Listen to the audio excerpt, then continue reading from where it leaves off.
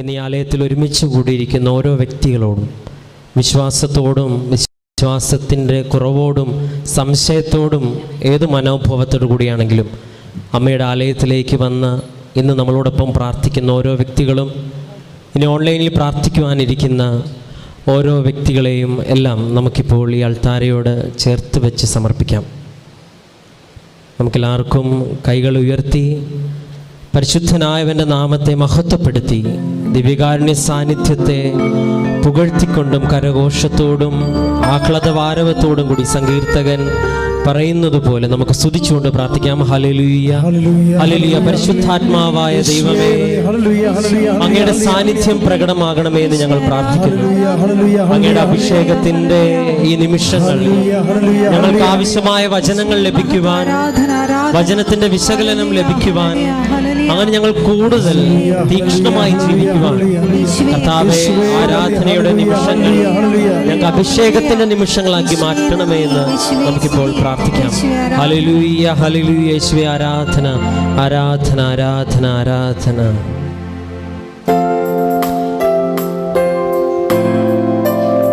നമുക്ക് പ്രാർത്ഥനയോടെ ദിവ്യകാരുണ്യനാഥനെ അൾത്താരയിലേക്ക് വരവേൽക്കാം.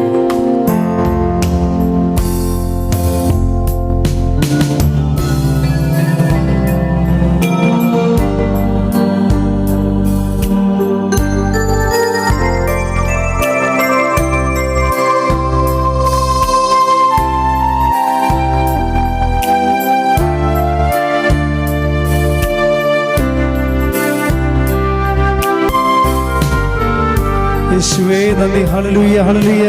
എല്ലാവരും സ്തുതിച്ച് പ്രാർത്ഥിക്കട്ടെ. ഹല്ലേലൂയ. യേശുവേ ആരാധന ആരാധന. യേശുവേ സ്തുതി, യേശുവേ ആരാധന. ഹല്ലേലൂയ ഹല്ലേലൂയ. മഹത്വം മഹത്വം മഹത്വം. ആരാധന ആരാധന. യേശുവേ സ്തുതി, ആരാധന ആരാധന. നിൻ തിരുമുൻപിൽ നിന്നിടുമ്പോൾ നിന്റേതായി തീർന്നിടുമ്പോൾ, നിൻ തിരുമുൻപിൽ നിന്നിടുമ്പോൾ നിന്റേതായി തീർന്നിടുമ്പോൾ, ദുഃഖങ്ങളിലെല്ലാം ഭാരങ്ങളിലെല്ലാം പ്രത്യാശയൊന്നു മാത്രം ആനന്ദപൂരിതമാക്കണം.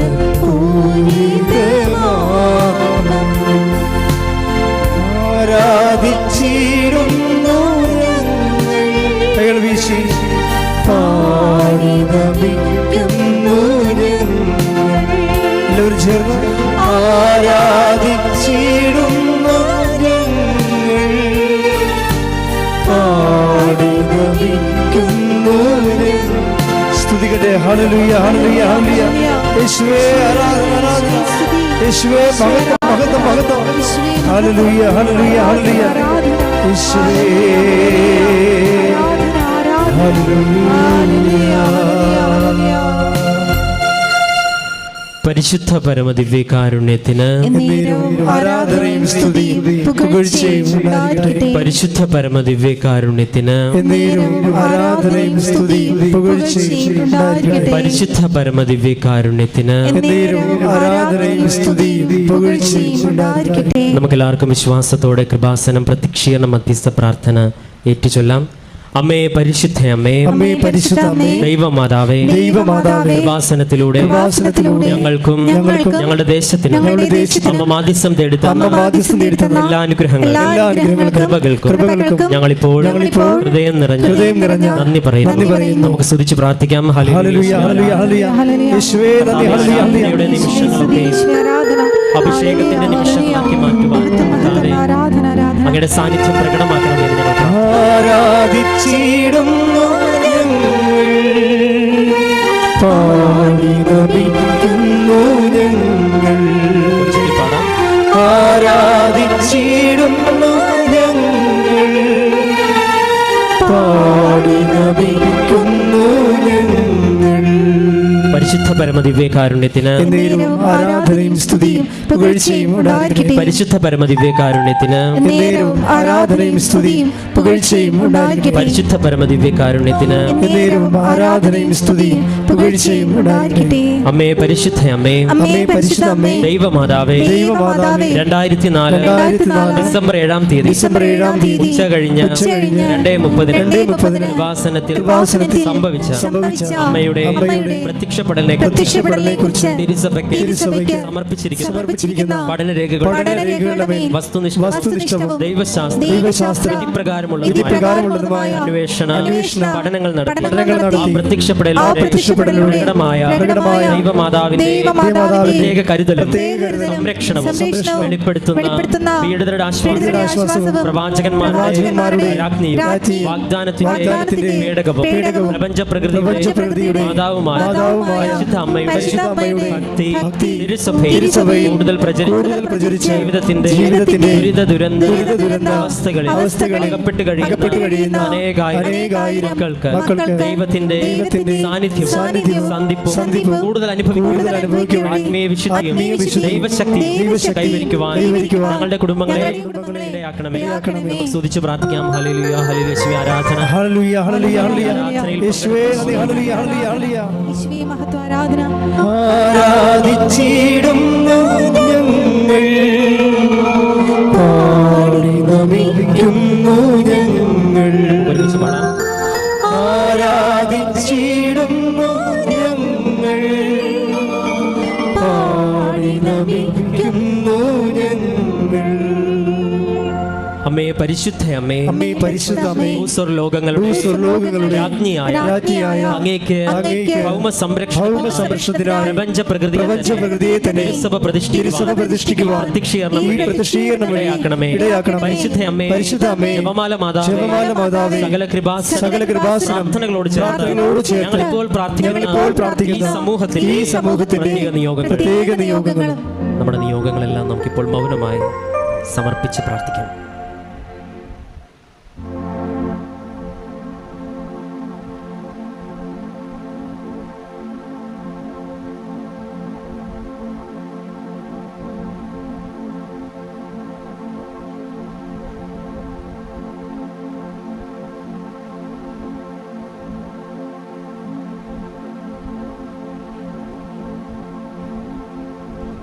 അമ്മയുടെ പ്രത്യക്ഷീകരണത്തിന്റെ ഈ അനുഗ്രഹവേള സാധിച്ചു തരുവാൻ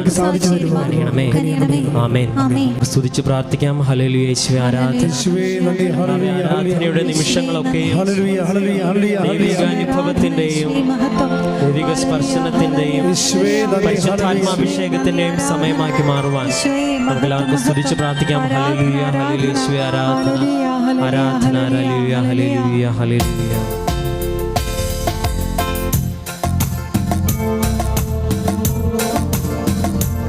നമുക്ക് എഴുന്നേറ്റ് നിന്ന് കരങ്ങൾ അടിച്ചുകൊണ്ട് ദൈവത്തിന് സ്തുതിഗീതങ്ങൾ ആലപിച്ച് അവിടുത്തെ നാമത്തെ മഹത്വപ്പെടുത്തി ഈ ആരാധനയിലേക്ക് സന്തോഷത്തോടുകൂടി പ്രവേശിക്കാം.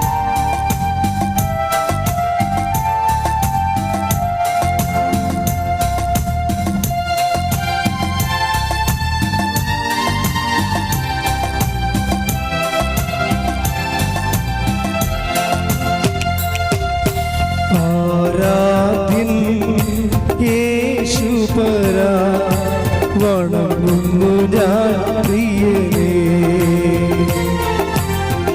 ആരാധ്യൻ യേശുപരാ, വണങ്ങുന്നു ഞാൻ പ്രിയനേ. തേജസ്സേഴും നിൻ മുഖമെൻ ഹൃദയത്തിനാനന്ദമേ. തേജസ്സേഴും നിൻ മുഖമെൻ ഹൃദയത്തിനാനന്ദമേ.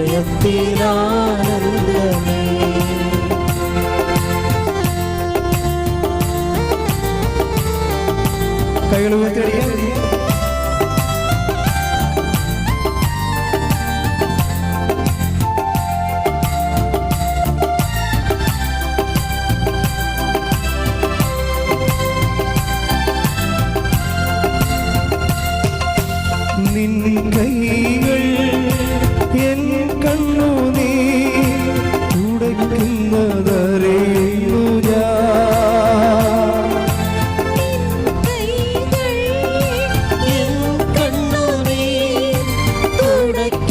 അണയ്ക്കുന്നതറിയുന്നു ഞാൻ.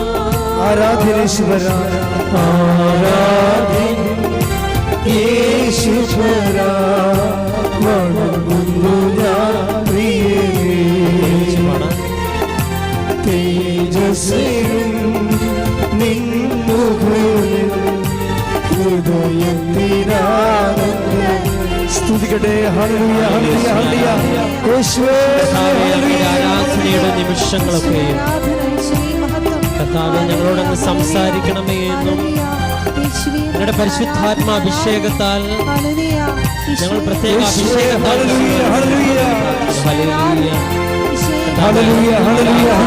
സാഹചര്യങ്ങളെ ഞങ്ങളുടെ നിയോഗങ്ങളൊക്കെയും കർത്താവേ അങ്ങയെ മനസ്സിലാക്കുവാനുള്ള ചവിട്ടുപടികളായി തീരുവാൻ ഞങ്ങളുടെ ഉടമ്പടിയെ അങ്ങ് ആശീർവദിക്കണമേ എന്ന് പ്രാർത്ഥിച്ചുകൊണ്ട് നമുക്ക് സന്തോഷത്തോടും അഭിഷേകത്തോടും കൂടി പാടാം. കരങ്ങളടിച്ച് പാടാം. സന്നിധിയിൽ വസിച്ചോട്ടെ, പാദങ്ങൾ ചുംബിച്ചോട്ടെ. ഒരുമിച്ച് പാടാം. സന്നിധിയിൽ വസിച്ചോട്ടെ, പാദങ്ങൾ ചുംബിച്ചോട്ടെ. ആരാധ്യൻ യേശുവരാ വണങ്ങുന്നു ഞാൻ പ്രിയനേ. തേജസ്സേയും നിൻ മുഖങ്ങളിൽ ഹൃദയത്തിനാനന്ദം. ആരാധനേശ്വരൻ ആരാധ്യൻ യേശുവരാ വണങ്ങുന്നു ഞാൻ പ്രിയനേ. തേജസ്സേയും നിൻ മുഖങ്ങളിൽ ഹൃദയത്തിനാനന്ദമേ. ഹല്ലേലൂയ ഹല്ലേലൂയ ഹല്ലേലൂയ യേശുവേ ഹല്ലേലൂയ ഹല്ലേലൂയ. ആരാധന ആരാധന ഹല്ലേലൂയ ഹല്ലേലൂയ യേശുവേ. ഹല്ലേലൂയ ഹല്ലേലൂയ ഹല്ലേലൂയ യേശുവേ നന്ദി. ഹല്ലേലൂയ യേശുവേ ഹല്ലേലൂയ ഹല്ലേലൂയ. കർത്താവേ അങ്ങയുടെ അഭിഷേകം നിറക്കണമെന്ന് പ്രാർത്ഥിക്കുന്നു. Hallelujah hallelujah. കർത്താവേ അങ്ങയോട് അങ്ങ് സംസാരിക്കണമെന്ന് പ്രാർത്ഥിക്കുന്നു. കർത്താവേ ഉടമ്പടിയിൽ വിശുദ്ധമായ ജീവിതം നയിക്കുവാൻ ഞങ്ങൾക്ക് സഹായകമായി ആരാധനയുടെ നിമിഷങ്ങൾ കർത്താവേ അങ്ങയുടെ സാന്നിധ്യം ഹല്ലേലൂയ ഹല്ലേലൂയ ഹല്ലേലൂയ യേശുവേ. ആരാധന ആരാധന ആരാധന ആരാധന ആരാധന ഹല്ലേലൂയ സ്തോത്രം ഹല്ലേലൂയ ഹല്ലേലൂയ. സന്നിധിയിൽ കരങ്ങളടിച്ചുകൊണ്ട് പാടാം. വസിച്ചോട്ടെ, പാദങ്ങൾ ചുംബിച്ചോട്ടെ. സന്നിധിയിൽ വസിച്ചോട്ടെ, പാദങ്ങൾ ചുംബിച്ചോട്ടെ. ആരാധ്യൻ യേശുവരാ വണങ്ങുന്നു ഞാൻ പ്രിയനേ. തേജസ്സേയും നിൻ മുഖങ്ങളിൽ ഹൃദയത്തിനാനന്ദമേ. മാധുര്യമാ നിന്നൊഴികൾ തണുപ്പിക്കും എൻ ഹൃദയം. മാധുര്യമാ നിന്നൊഴികൾ തണുപ്പിക്കും എൻ ഹൃദയം. ആരാധ്യൻ യേശുവരാ വണങ്ങുന്നു ഞാൻ പ്രിയനേ. തേജസ്സേയും നിൻ മുഖങ്ങളിൽ ഹൃദയത്തിനാനന്ദമേ. പരിശുദ്ധ പരമദിവ്യകാരുണ്യത്തിന് എന്നേരവും ആരാധനയും സ്തുതിയും പുകഴ്ചയും ഉണ്ടായിരിക്കട്ടെ. പരിശുദ്ധ പരമദിവ്യകാരുണ്യത്തിന് എന്നേരവും ആരാധനയും സ്തുതിയും പുകഴ്ചയും ഉണ്ടായിരിക്കട്ടെ. പരിശുദ്ധ പരമദിവ്യകാരുണ്യത്തിന് എൻ്റെ പ്രിയപ്പെട്ടവരെ,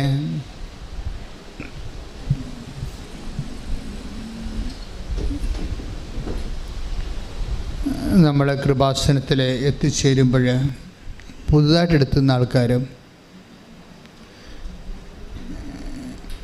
പ്രത്യേകം ശ്രദ്ധിക്കേണ്ട കാര്യമാണ്.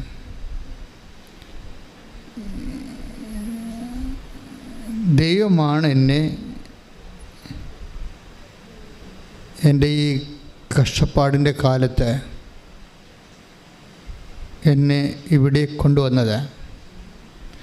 ഇത് എല്ലാവർക്കും അറിയാം, ഇത് ദൈവമാണ് കൊണ്ടുവന്നതെന്നൊക്കെ അറിയാം.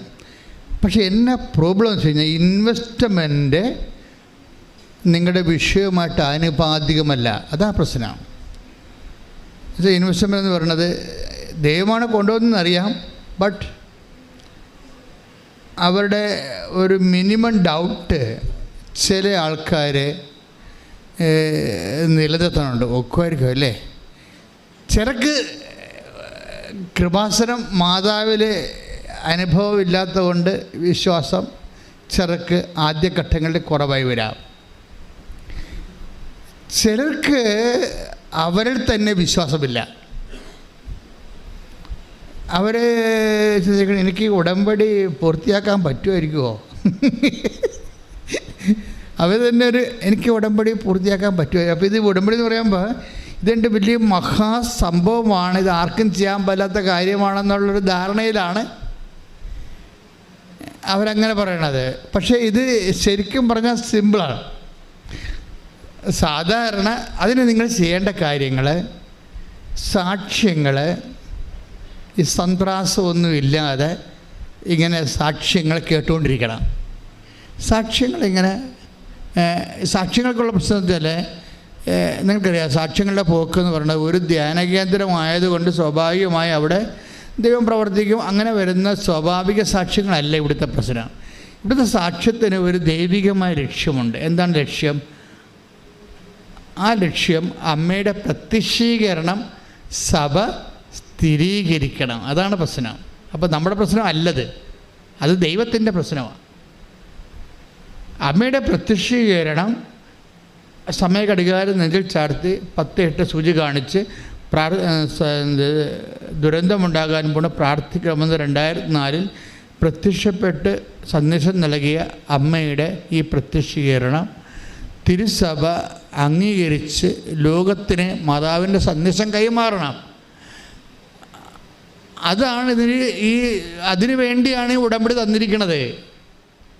ഉടമ്പടി തന്നതിൻ്റെ കാരണം ഇപ്പോൾ എത്രയോ സ്ഥലങ്ങളിൽ പ്രത്യക്ഷീകരണം നടക്കുന്നു. അവിടെ ഒന്നും കൊടുക്കാത്ത ഒരു പ്രത്യേക രക്ഷാകര പദ്ധതി ആദ്യം 2015 ഈ അമ്മയുടെ പ്രത്യക്ഷീകരണത്തിൻ്റെ 10ാമത്തെ വർഷത്തിൽ, അത് 10ാം വർഷമായെന്ന് എനിക്ക് പോലും അതിനെക്കുറിച്ചൊരു കോൺഷ്യസ് ഇല്ലായിരുന്നു. കാര്യം കൃപാസനം വേറൊരു മോഡ് ഓഫ് സർവീസിൽ നന്നായിട്ട് പോയിക്കൊണ്ടിരുന്ന കാലമായിരുന്നു അത്. അപ്പോൾ ശുശ്രൂഷയ്ക്ക് പഞ്ഞമില്ലായിരുന്നു, ആൾക്കാർക്ക് കുറവില്ലായിരുന്നു, ഭംഗിയായിട്ട് പോയിക്കൊണ്ടിരിക്കുകയായിരുന്നു.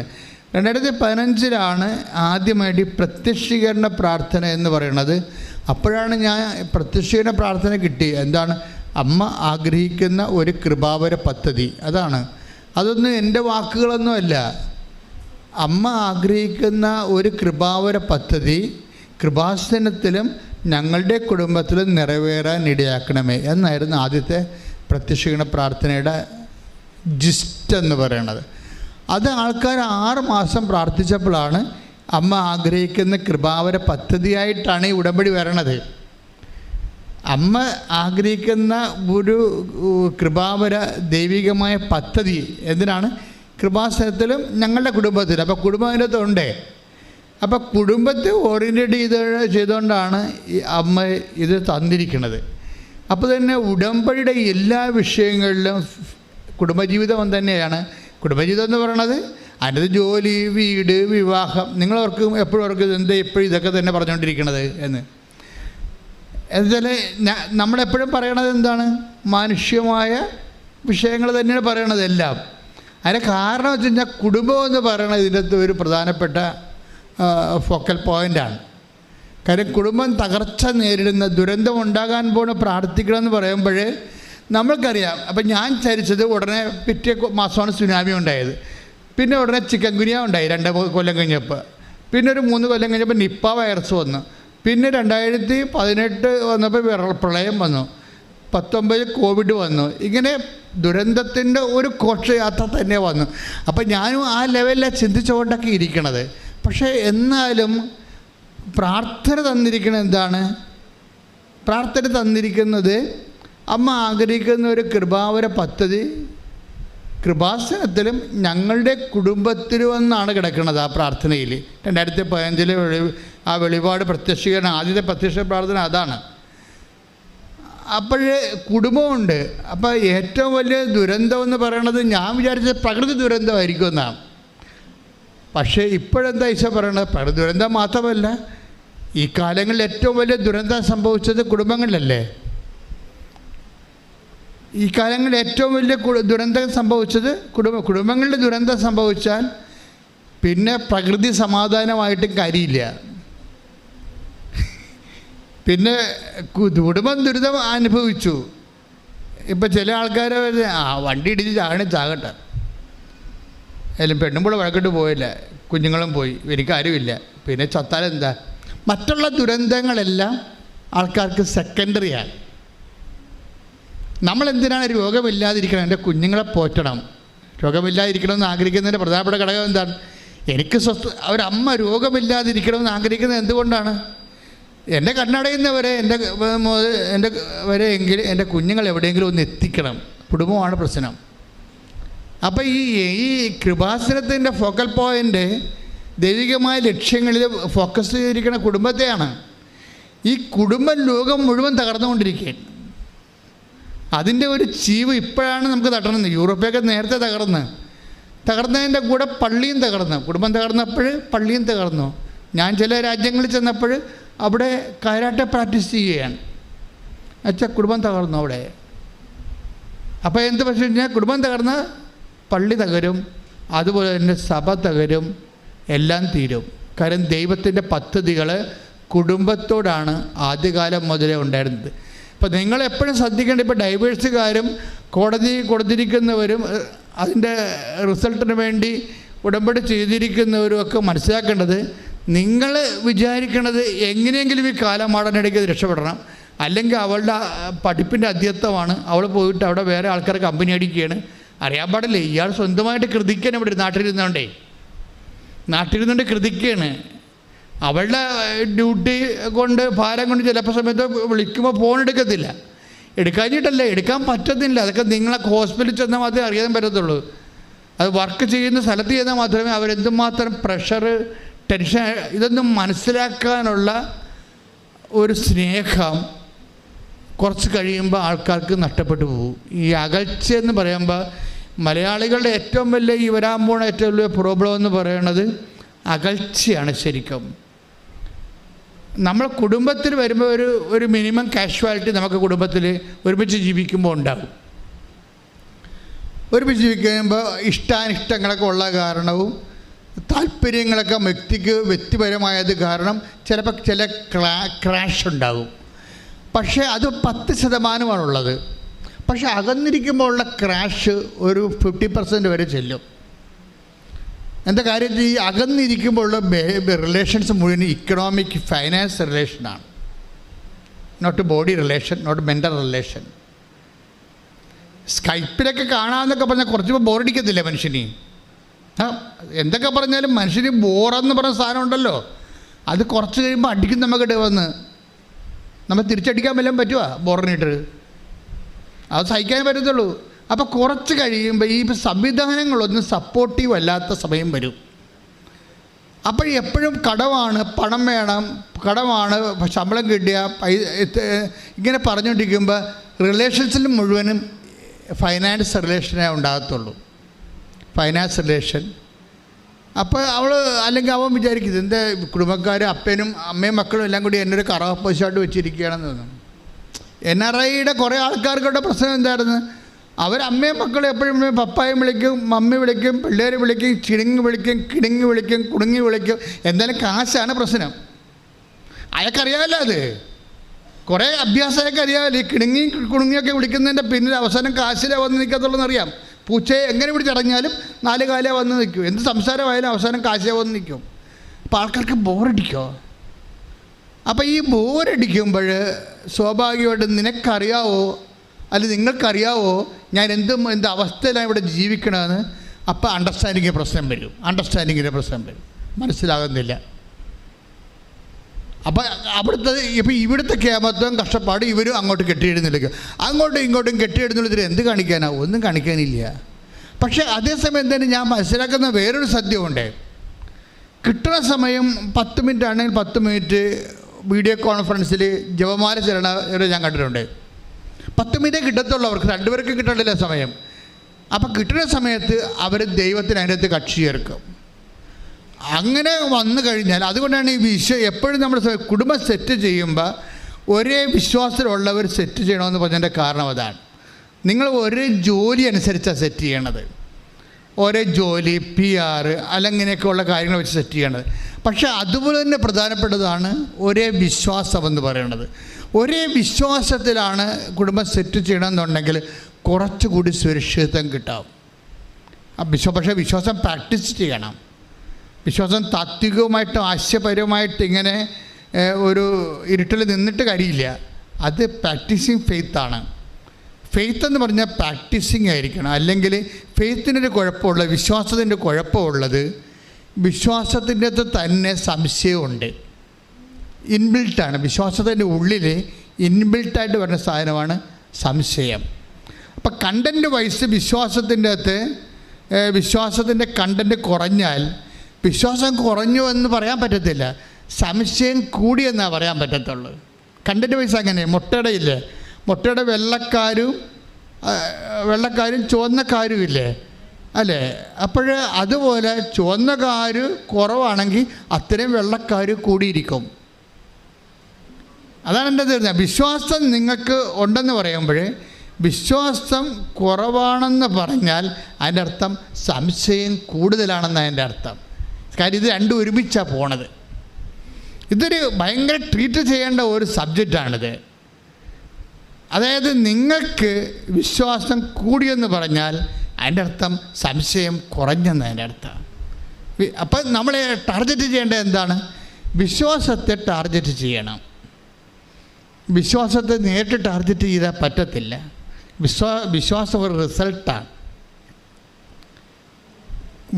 വിശ്വാസം റിസൾട്ടാണ്. എന്തിനാണ് ടാർഗറ്റ് ചെയ്യേണ്ടത്? സ്നേഹത്തെയാണ് ടാർഗറ്റ് ചെയ്യേണ്ടത്. അതാണ് ബൈബിളിൻ്റെ ഒരു വെളിപാടതാണ്. എന്താണ്? സ്നേഹം എല്ലാം വിശ്വസിക്കുന്നു. ഇപ്പം സംശയത്തെ നമ്മൾ ടാർഗറ്റ് ചെയ്തിട്ട് കുറച്ച് സംശയം നീങ്ങിയത് കൊണ്ട് ആക്റ്റീവ് ഫെയ്ത്തിലേക്ക്, ഒരു അപ്ലൈഡ് ഫെയ്ത്തിലേക്ക് വരത്തില്ല. ആ പ്രായോഗിക വിശ്വാസത്തിലേക്ക് വരണമെന്നുണ്ടെങ്കിൽ നമുക്ക് ഇമോഷണൽ ഫാക്കൽറ്റി പവർഫുള്ളാകണം. പലപ്പോഴും സംശയം തീർക്കാൻ വേണ്ടി ഇൻ്റലക്ച്വൽ ഫാക്കൽറ്റിയിലാണ് നമ്മൾ പഠനങ്ങൾ ഉണ്ടാക്കിയിരിക്കുന്നത്. പഠനങ്ങൾ എപ്പോഴും ബൗദ്ധികമായ ഫാക്കൽറ്റിയിൽ മാത്രമേ അത്, പക്ഷേ അതിൻ്റെ കൂടെ സംശയങ്ങൾ തീർന്നാലും ഒരു ആക്റ്റീവ് ഫെയ്ത്തിലേക്ക്, ആ വിശ്വാസം പ്രയോഗിക്കുന്ന അവസ്ഥയിലേക്ക് വരണമെന്നുണ്ടെങ്കിൽ ആശയപരമായിട്ട് നമ്മൾ ഓക്കെ ആയാൽ മാത്രം പോരാ, നമ്മൾ വൈകാരികമായിട്ട് ഓക്കെ ആകണം. വൈകാരികമായിട്ട് ആരുമായിട്ട് ഓക്കെ ആകണം? ദൈവമായിട്ട് ഓക്കെ ആകണം. എന്നുവെച്ചാൽ അർത്ഥം എന്താണ്? ദൈവമായിട്ടുള്ള സ്നേഹത്തിൻ്റെ ലെവല് വർദ്ധിപ്പിക്കണം. ഈ ദൈവമായിട്ടുള്ള സ്നേഹത്തിൻ്റെ ലെവല് വർദ്ധിപ്പിക്കാൻ വേണ്ടിയാണ് ഉടമ്പടിയിൽ അതിൻ്റെ ഫോർമുല ഉണ്ട് മുഴുവനും. അത് നിങ്ങൾ എപ്പോഴും ചെയ്യണം. ഉടമ്പടിയിൽ വരുമെന്ന പ്രശ്നം ചില ആൾക്കാർക്ക് ഇടിപെട്ട് സാക്ഷ്യങ്ങൾ പറയാൻ കാര്യം, ദൈവവുമായിട്ടുള്ള ഇവരുടെ വൈകാരിക ബന്ധം പെട്ടെന്ന് ബൂസ്റ്റഡ് ആവും. ഉടമ്പടിയിൽ ദൈവമായിട്ടുള്ള, ഇപ്പം ചെറിയ പറഞ്ഞു, ഞാൻ നല്ല വെയിലായിരുന്നു അച്ഛാ, ഇപ്പം ഇന്നലെയൊക്കെ പറയണ നല്ല ചെറുപ്പകാലത്തൊക്കെ വന്നപ്പോൾ ഇടിപെട്ട് സാക്ഷ്യം പറഞ്ഞു, നല്ല വെയിലായിരുന്നു, വേർത്തൊലിച്ചു, ഞാൻ 10 രൂപ കൊണ്ട് പ്രേക്ഷിത പ്രവർത്തനത്തിൽ ചെന്നപ്പോൾ തന്നെ കൊന്തയിട്ട ഒരാൾ എന്നെ കളിയാക്കിയെന്ന്. അപ്പോൾ എനിക്ക് സങ്കടം വന്നു. കാര്യം കൊന്തയിട്ടവൻ തന്നെ എന്നെ കളിയാക്കി. കൊന്തയിട്ടവൻ ചിലപ്പോൾ അവൻ കൊന്തയിട്ടോണ്ട് നിൽക്കായിരിക്കും, പിശാചിനും കൊന്തയിടാവില്ല. അതിലത്തെ കാര്യമില്ല. എന്തുമാത്രം പിശാചെ കൊന്തയിട്ട് നടക്കണം, അതിലെ കാര്യമില്ല. പക്ഷേ ഇവളെ സംബന്ധിച്ചിടത്തോളം അത് വലിയൊരു തട്ടായി. അപ്പോൾ എന്നാ ചെയ്ത്? അപ്പം അത് നിസ്സാരം അത്രേ ഉള്ളൂ. അതായത് നിൻ്റെ വിശ്വാസം ഈ കൊന്തയിട്ട് നിൽക്കുന്ന പിശാചിനേക്കാൾ അതൊരു പ്രലോഭനമായിട്ട് തന്നിരിക്കുകയാണ്. അതിനെ നീ അതിജീവിക്കണം. എന്നുവെച്ചാൽ അതിജീവിക്കണം എന്നാണ്? വിശ്വാസം അതിജീവിക്കണം എന്നല്ല, എന്നോടുള്ള നിൻ്റെ സ്നേഹം ഈ കൊന്തയിട്ട പിശാചിൽ നൽകുന്ന പ്രലോഭനത്തെക്കാൾ നിൻ്റെത് ഉയർത്തണം. ദാറ്റ് മീൻസ് നീ സ്നേഹത്തിൽ വളരണം. ശ്രുതികട്ടെ ഹല്ലേലൂയ. ഹല്ലേലൂയ. യേശുവേ ആരാധന. യേശുവേ ഹല്ലേലൂയ ഹല്ലേലൂയ ഹല്ലേലൂയ. യേശുവേ സ്തുതി. ഹല്ലേലൂയ ഹല്ലേലൂയ ഹല്ലേലൂയ ഹല്ലേലൂയ ഹല്ലേലൂയ ഹല്ലേലൂയ യേശുവേ സ്തുതി. ഹല്ലേലൂയ ഹല്ലേലൂയ ഹല്ലേലൂയ ഹല്ലേലൂയ ഹല്ലേലൂയ ഹല്ലേലൂയ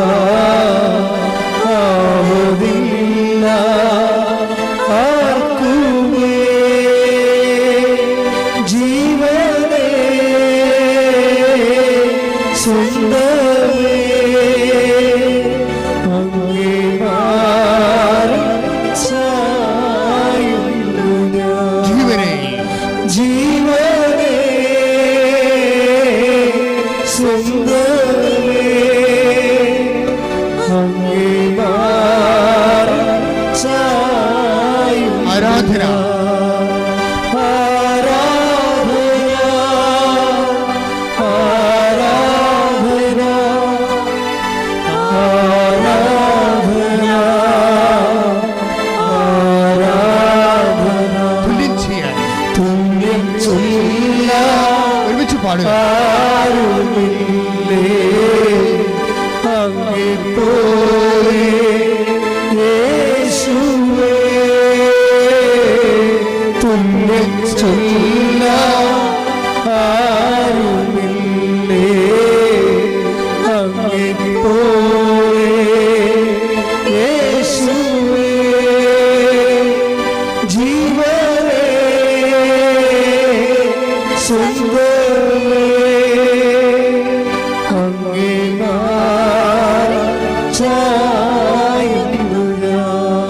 പരിശുദ്ധ പരമ ദിവ്യകാരുണ്യത്തിന് ആരാധനയും സ്തുതിയും പുകഴ്ചയും ഉണ്ടായിരിക്കട്ടെ.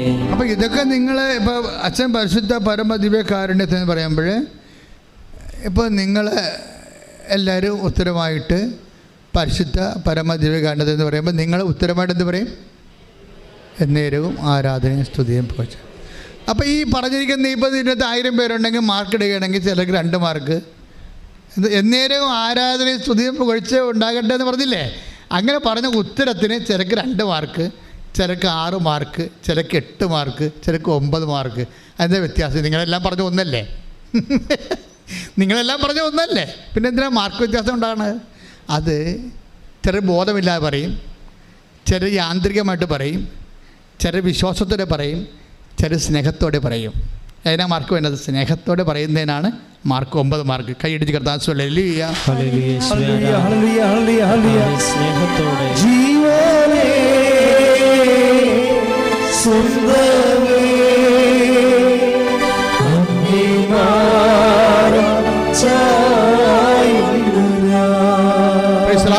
അപ്പോൾ എപ്പോഴും നമ്മൾ ശ്രദ്ധിക്കേണ്ടത്, ശ്രദ്ധ വേണ്ടത്, പ്രാർത്ഥിക്കുമ്പോൾ എപ്പോഴും നിങ്ങൾ ചിന്തിക്കേണ്ടത് അത് സ്നേഹത്തോടെയാണ് പ്രാർത്ഥിച്ചതെന്ന്. എപ്പോഴും നമ്മൾ ഇൻട്രോസ്പെക്റ്റ് ചെയ്യണം. എപ്പോഴും നമ്മൾ ഒരു ആന്തരികമായിട്ടുള്ള ചോദ്യം ഉണ്ടാക്കേണ്ടത് എന്താണ്? ഞാൻ സ്നേഹത്തോടെയാണ് പ്രാർത്ഥിച്ചത്, സ്നേഹത്തോടെയാണ് ഞാൻ കർത്താവിന് കൈമാറിയത്, സ്നേഹത്തോടെയാണ് ഞാൻ ഉടമ്പടി വിശ്വാസം പ്രയോഗത്തിലേക്ക് വരുന്നത്. പ്രാർത്ഥിക്കുക. കർത്താവായ ദൈവമേ, ഉടമ്പടിയുടെ ഓരോ പദ്ധതികളും പ്രക്രിയകളും ഞാൻ നിറവേറ്റുമ്പോൾ ദൈവസ്നേഹത്തോടെ നിറവേറ്റുവാൻ എന്നെ സഹായിക്കണമേ. ഇത് പെട്ടെന്ന് ബൂസ്റ്റപ്പ് ആവും സ്നേഹത്തെ നിങ്ങൾ അഡ്രസ്സ് ചെയ്ത് കഴിഞ്ഞാൽ. ഇപ്പം ഞാനൊക്കെ വന്ന ഒരു വഴിയാണ് ഞാൻ നിങ്ങൾ പറയണത്. ഞാൻ വന്ന വഴിയൊന്നുമല്ല, ബൈബിളിലുള്ള എല്ലാം ഈ ടൈപ്പാണ്. ഇന്നലെ കെസ്സിയ എന്നും പറഞ്ഞൊരു മോളുടെ സാക്ഷ്യങ്ങൾ. കെസ്സിയ കെസിയയുടെ പ്രോബ്ലം, കെസിയ അപ്പനെയും കൊണ്ട് വന്നിരിക്കുകയാണ് ഇവിടെ. എനിക്ക് ഈ ആഴ്ചയിൽ ഏറ്റവും ടോപ്പായിട്ട് എന്നെ സ്പർശിച്ചത് കെസിയയുടെ സാക്ഷ്യമാണ്. എന്താ സംഭവം വെച്ച് കഴിഞ്ഞാൽ, കെസിയ അപ്പനെയും കൊണ്ട് വന്നിട്ട് അപ്പനെ ഫെയിൻറ്റിങ്ങും അതുപോലെ തന്നെ ഇയർ ബാലൻസിൻ്റെ പ്രോബ്ലമാണ്. അപ്പോൾ ഇയർ ബാലൻസിന് അപ്പോൾ കെസിയയുടെ ഒരു പ്രത്യേകത, ഉടമ്പടിയുടെ ധ്യാനങ്ങളെല്ലാം ഇവൾ പ്രാർത്ഥിച്ചാണ് കേൾക്കണത്. ഉടമ്പടിയുടെ ധ്യാനം കൂടാൻ വേണ്ടി കൂടും. ഉടമ്പടി എടുക്കുമ്പോൾ നിങ്ങൾക്കറിയാമല്ലോ, ധ്യാനം കൂടണമെന്ന് പറഞ്ഞാൽ എന്താണ്, അപ്ഡേഷൻസ് ഉണ്ടാകണത് എല്ലാം ഇവിടെ. നിങ്ങളുടെ സബ്ജക്റ്റ് എപ്പോൾ സംസാരിക്കുമെന്ന് ആർക്കും അറിയാൻ പറ്റത്തില്ലല്ലോ. ഉടമ്പടി എന്ന് പറയുമ്പോൾ ഈ പുറപ്പാട് 25-35 വെച്ചുള്ള സംസാരമാണ്. കാര്യം ഞാൻ എൻ്റെ ജനങ്ങളോട് കൃപാസനത്തിൽ നിന്ന് സംസാരിക്കുമെന്നല്ല പറഞ്ഞിരിക്കുന്നത്. അപ്പോൾ അങ്ങനെ സംസാരിക്കുമ്പോൾ ഉടമ്പടി ധ്യാനത്തിന് മറ്റു വചന പ്രഘോഷങ്ങളെക്കാളും സന്ദേശവിഹിതമായിട്ട് വ്യത്യാസങ്ങളുണ്ട്. കാരണം നിങ്ങളുടെ വിഷയം ചിലപ്പോൾ സംസാരിച്ചെന്ന് വരും കർത്താവ്. നിങ്ങളിപ്പോൾ ഇന്ന് കടന്നു പോകുന്ന പർട്ടിക്കുലർ പ്രോബ്ലം നിങ്ങൾക്കറിയാമല്ലോ, നമ്മൾ ദൈവത്തോട് അടുക്കുമ്പോൾ കരയാൻ മാത്രമേ നമുക്ക് നേരം ഉണ്ടാകത്തുള്ളൂ. സ്നേഹം കൊണ്ടും കേട്ടും മനസ്സിലാക്കിയും നമ്മളറിയാതെ ഇങ്ങനെ ദൈവം ഇത്രയും നമ്മളൊരു കൃമിയും കീടമൊക്കെ ഇട്ടും നമുക്ക് നമ്മുടെ നാട്ടുകാർ പോലും നമ്മൾ അംഗീകരിക്കണില്ല, നമ്മുടെ വീട്ടുകാർ പോലും നമ്മൾ അംഗീകരിക്കണില്ല. വീട്ടിൽ തന്നെ ഗ്രൂപ്പിസമാണ്. അപ്പോൾ അങ്ങനെയൊക്കെ വരുമ്പോൾ നമുക്കറിയാം ഈ വീട്ടിൽ എനിക്കൊരു വിലയുമില്ല. അപ്പോൾ അങ്ങനെ ഇപ്പം നിൻ്റെ വീട്ടിൽ നിനക്ക് വിലയില്ലാത്തൊരവസ്ഥയാണെന്ന് വിചാരിച്ചോ. ചിലപ്പോൾ അവരുടെ അനീതിയായിരിക്കും, ചിലപ്പോൾ നിൻ്റെ കയ്യിരിപ്പ് കൊണ്ടായാലും, പക്ഷേ ഫീൽ ചെയ്യണത് നിനക്കാണ്. പക്ഷേ ഇങ്ങനെ ഒരു പൊസിഷൻ ആണെങ്കിൽ പോലും ആരും തരാത്തൊരു വില ദൈവം നമുക്ക് തരും. അത് നമ്മുടെ സാക്ഷ്യങ്ങൾ കേൾക്കുമ്പോൾ മനസ്സിലാകും. ഇത് ആരും അപ്പം സ്വന്തം വീട്ടുകാർ പോലും തരാത്ത വില. അപ്പോഴും നീ എപ്പോഴും മനസ്സിലാക്കേണ്ട ഇതാണ്, നിൻ്റെ വീട്ടിൽ പോലും നിനക്കില്ലാത്ത വില ദൈവത്തിൻ്റെ തിരുസേന നിനക്കുണ്ട്. പക്ഷെ നീ ഇത് കണ്ടെത്തണം. പ്രാർത്ഥിക്കുക, കർത്താവ് ദൈവമേ, നിനക്ക് എന്നോട് നീ കൽപ്പിക്കുന്ന വില മനസ്സിലാക്കാനുള്ള കൃപ എനിക്ക് നൽകണമേ. നീ എനിക്ക് കൽപ്പിക്കുന്ന വില മനസ്സിലാക്കാനുള്ള കൃപ എനിക്ക് നൽകണമേ. അപ്പൊ കെസിയ വന്ന് പറഞ്ഞത്, അവളുടെ അപ്പൻ ഇങ്ങനെ ഇയർ ബാലൻസായിട്ട് ഡോക്ടർ പറഞ്ഞു, ഇനി നിങ്ങളുടെ നിങ്ങളുടെ പഴയ ജോലിയൊന്നും ചെയ്യാൻ പറ്റത്തില്ലെന്ന് പറഞ്ഞു. അപ്പോൾ ഇനി കുടുംബം അരിമുട്ടിയല്ലോ, ഇനി എന്ത് ചെയ്യും എന്നൊക്കെ വിചാരിച്ചുകൊണ്ട് വിഷമിക്കുമ്പോൾ പെട്ടെന്ന് ഉടമ്പടി ധ്യാനത്തിലൂടെ പറയുന്നു, നിങ്ങൾ ഉടമ്പടിയിലാണെങ്കിൽ ഉടമ്പടി ധ്യാനത്തിനെ ശ്രദ്ധിക്കണം. ആ ധ്യാനത്തിലൂടെ കർത്താവ് നിങ്ങളോട് സംസാരിക്കുമെന്ന് പറഞ്ഞു. അപ്പോൾ ഇത് കേട്ട ഉടനെ പിന്നെ എന്താ കെസിയോട് പറഞ്ഞത്, ഉടമ്പടിയിലിരിക്കുന്ന വ്യക്തികൾ മറ്റു വ്യക്തികളുടെ സ്വരങ്ങൾ ശ്രദ്ധിക്കണം. ഇതൊക്കെ ഞാനിങ്ങനെ ഓർത്ത് പറയണമല്ലേ. ഇവിടെ വരുമ്പോൾ കുറേ കാര്യം കർത്താവ് എനിക്ക് പറഞ്ഞു തരും. അപ്പോൾ അത് ഞാൻ പറഞ്ഞുകൊണ്ടിരിക്കുന്ന സമയത്ത് കർത്താവ് വേറെ കാര്യങ്ങൾ പറയും. അപ്പോൾ അതൊക്കെ ഞാൻ കേൾക്കണ മനസ്സിൽ ഈശോ കേൾക്കണം, ഈശോ പറഞ്ഞ് കേൾക്കണ കാര്യങ്ങൾ നിങ്ങളോട് പറയും. പക്ഷേ ഇത് ആരെങ്കിലും കർത്താവ് ഉദ്ദേശിക്കുന്നുണ്ടാകും. അതുകൊണ്ടാണ് ദൈവത്തിൻ്റെ മുമ്പിൽ നിങ്ങൾക്ക് വില ഉണ്ടെന്ന് പറയാൻ കാര്യം. ദൈവത്തിൻ്റെ മുമ്പിൽ നിങ്ങൾ എത്ര കെട്ടേണ്ട മനുഷ്യരാണെന്ന് പറഞ്ഞാലും ദൈവം നിങ്ങളുടെ വില ഒരിക്കലും കുറയത്തില്ല. സ്വർണം പോലെയല്ലേ, സ്വർണത്തിൻ്റെ വില കുറയത്തില്ലല്ല, ചളങ്ങിയാലും കുറയത്തില്ല, അത് കറുത്താലും കുറയത്തില്ല, വില കുറയത്തില്ല അതിൻ്റെ. അപ്പം അതുപോലെ നീ സ്വർണ്ണമാണ് വിലാപങ്ങളുടെ പുസ്തകത്തിൽ നമ്മളോട് പറഞ്ഞിട്ടുണ്ട്, നീ സ്വർണ്ണമാണ് എനിക്കെന്ന്. സ്വർണം മങ്ങിപ്പോയത് എന്താണെന്നൊക്കെ ചോദിക്കുന്നുണ്ട്, പക്ഷേ വില കുറഞ്ഞ എന്താണെന്ന് പറഞ്ഞിട്ടില്ല. Take the word of God. വിലാപങ്ങൾ 4-ാം അധ്യായം 1-ാമത്തെ വാക്യം, സ്വർണം എങ്ങനെ മങ്ങിപ്പോയി, തങ്കത്തിന് എങ്ങനെ മാറ്റം വന്നു, വിശുദ്ധ മന്ദിരത്തിൻ്റെ കല്ലുകൾ വഴിക്കവലയിൽ ചിതറിക്കിടക്കുന്നു. അതായത് ഇസ്രായേലിനെ കുറിച്ചും വിശ്വാസത്തെക്കുറിച്ചും ദൈവപൈതലിനെക്കുറിച്ചും പറയുന്നത്, ദൈവം ചോദിക്കണം എങ്ങനെ, സ്വർണത്തിൻ്റെ വില എങ്ങനെ കുറഞ്ഞെന്നല്ല ചോദിക്കുന്നത്. അങ്ങനെ ഒരിക്കലും കുറയത്തില്ല. നീ സ്വർണമാണ്, നിനക്ക് സംഭവിക്കാൻ സാധ്യതയുള്ളത് എന്താണ്? മങ്ങിപ്പോകാം. നീ ദൈവത്തിൽ നകലുന്നതനുസരിച്ച്, വിശ്വാസം കുറയുന്നതനുസരിച്ച് കൊണ്ട്, വിശ്വാസത്തിൻ്റെ പ്രവൃത്തികൾ കുറയുന്നതനുസരിച്ച് കൊണ്ട് നിനക്ക് മങ്ങൽ വരാം, പക്ഷെ വില കുറയത്തില്ല. അതുകൊണ്ട് തന്നെ ദൈവത്തിൻ്റെ നമ്മുടെ വീട്ടുകാരുടെ മുമ്പിൽ നമുക്ക് വില കുറഞ്ഞാലും ദൈവ തിരുസന്നിധിയിൽ ഒരിക്കലും നമ്മുടെ വില ഇടിയത്തില്ല. അതാണ് നമ്മുടെ കോൺഫിഡൻസിൻ്റെ തന്നെ. ദൈവ തിരുസന്നിധി വരുമ്പോൾ നമ്മുടെ കോൺഫിഡൻസ് അതായിരിക്കണം. കാര്യം നിങ്ങളുടെ പാപങ്ങൾ കൊണ്ടോ, ഇപ്പോൾ ചില ആൾക്കാർ പറഞ്ഞാൽ എന്താണ്, അയ്യോ ഞാൻ പാപിയാണ്, എനിക്ക് ഉടമ്പടി പൂർത്തിയാക്കാൻ പറ്റുമോ, ഞാൻ പാപാവസ്ഥ ജീവിക്കുന്ന ആളാണ്, എനിക്ക് ഉടമ്പടി പൂർത്തിയാക്കാൻ പറ്റുമോ എന്ന് പറഞ്ഞുകൊണ്ട് നീയാണ് വിഡ്രോ ചെയ്ത് പോണത്. പക്ഷേ കർത്താവ് എന്താ പറയണത്, നീ ഇപ്പോഴും സ്വർണം തന്നെയാണ്, മങ്ങിപ്പോയിട്ടുണ്ടെന്ന കാര്യം സത്യമാണ്, പക്ഷെ നിന്റെ വില കുറഞ്ഞിട്ടില്ല. കൈയടിച്ച് കർത്താവ്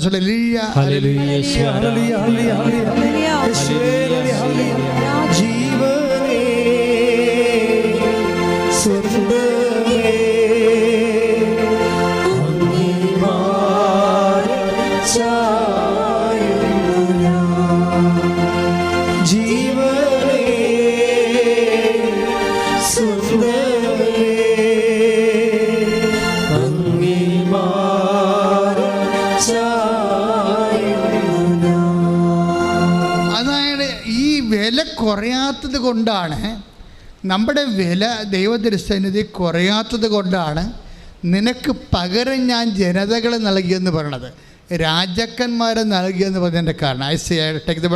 ശ്രദ്ധിക്കട്ടെ. ഹല്ലേലൂയ ഹല്ലേലൂയ ഹല്ലേലൂയ ഹല്ലേലൂയ യേശുവേ നന്ദി, യേശുവേ സ്തുതി.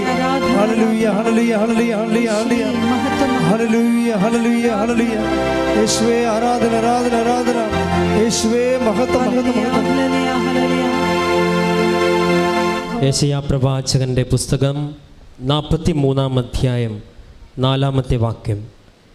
നീ എനിക്ക് വിലപ്പെട്ടവനും, പറഞ്ഞ് നീ എനിക്ക് വിലപ്പെട്ടവനും ബഹുമാന്യനും പ്രിയങ്കരനും ആയതുകൊണ്ട് നിനക്ക് പകരമായി മനുഷ്യരെയും നിന്റെ ജീവന് പകരമായി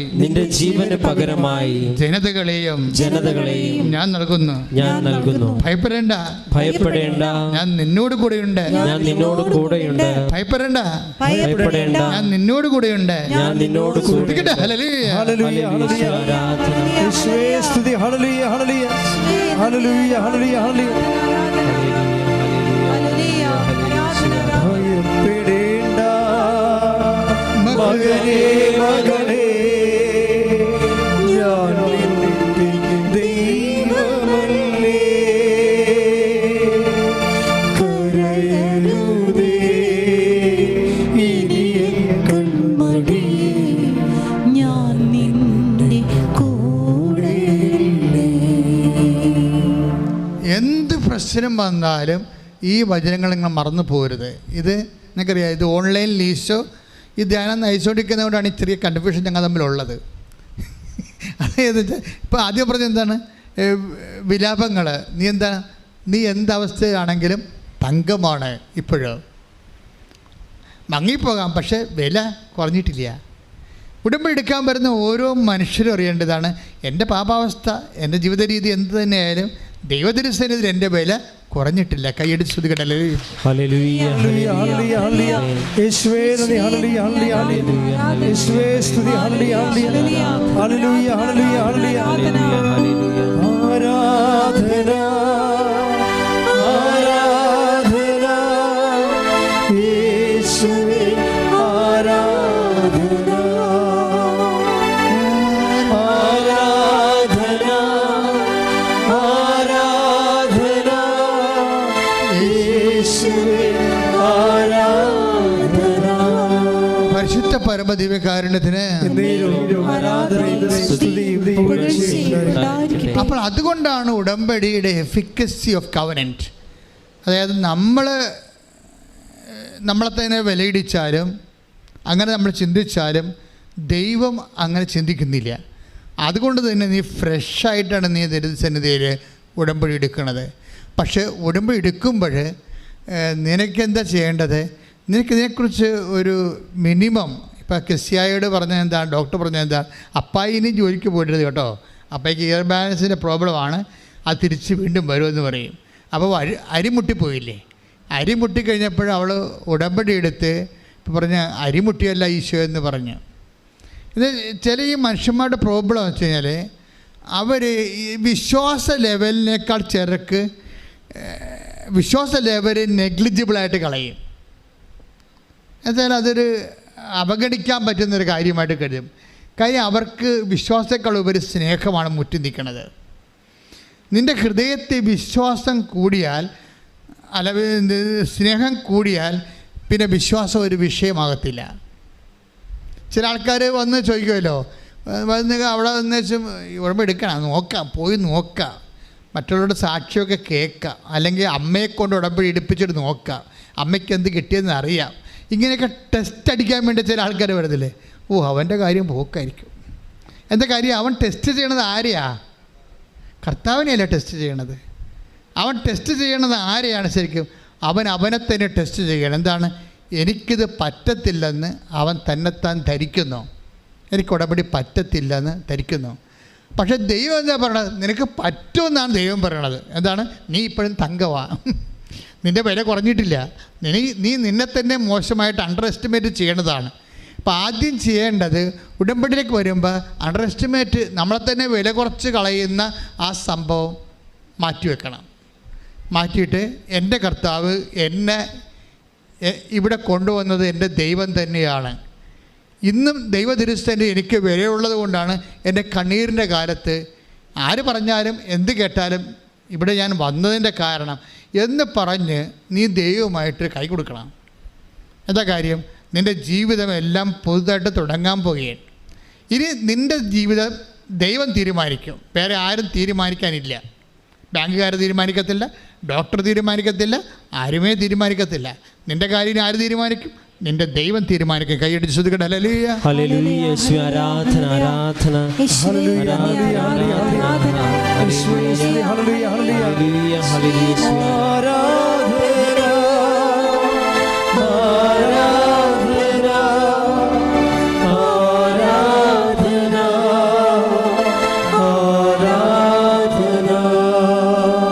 പരിശുദ്ധ പരമദിവ്യകാരുണ്യത്തിന് ഇതാണ് ഒരു കോൺഫിഡൻസ് എന്ന് പറയണത്. കാരണം ദൈവദൃശ്യം നമ്മളെ സ്റ്റാറ്റസിന് മങ്ങലേറ്റതേ ഉള്ളൂ, പക്ഷേ ഡാമേജ് ആയിട്ടില്ല. ഇത് ബൈബിൾ നിനക്ക് തരുന്ന ഏറ്റവും വലിയ അഷ്വറൻസാണ്. എന്താണ്? മേ ബി നമ്മുടെ ജീവിതത്തിൻ്റെ പ്രത്യേകത കൊണ്ട് ദൈവദൃശ്യം നിൻ്റെ സ്റ്റാറ്റസ് അല്പം മങ്ങിപ്പോയി കാണും, പക്ഷേ ഡാമേജ് ആയിട്ടില്ല. അത് കർത്താവ് നിങ്ങൾക്ക് തരുന്ന വെളിപാടാണ്. കൈയിടിച്ച് ശ്രദ്ധിക്കട്ടെ. ഹല്ലേലൂയ, ഹല്ലേലൂയ. യേശുവേ ആരാധന, ആരാധന, യേശുവേ ഹല്ലേലൂയ, ആരാധന,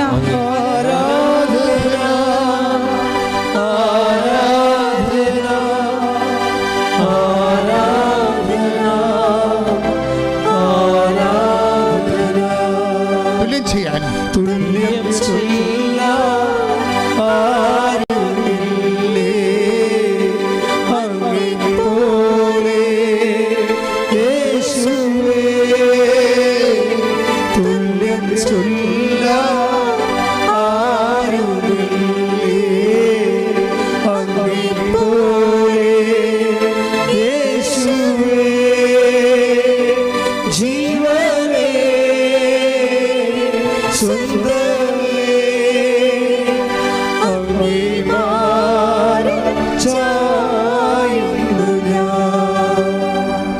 ഉടമ്പടി എടുത്തപ്പോൾ അപ്പായോട് പോരുത്, ഇയർ ബാലൻസിൻ്റെ പ്രോബ്ലം ഉണ്ട്, നിങ്ങളിലേക്ക് തൂക്കുകട്ടെ വടിന് പോകേണ്ട കാര്യമില്ല, പെരപണിക്ക് ഇനി പോകാൻ പറ്റത്തില്ല, കൺസ്ട്രക്ഷൻ ഫീൽഡിൽ നിങ്ങൾ മാറണം എന്നൊക്കെ പറഞ്ഞ് ഡോക്ടർ വിട്ടല്ലേ.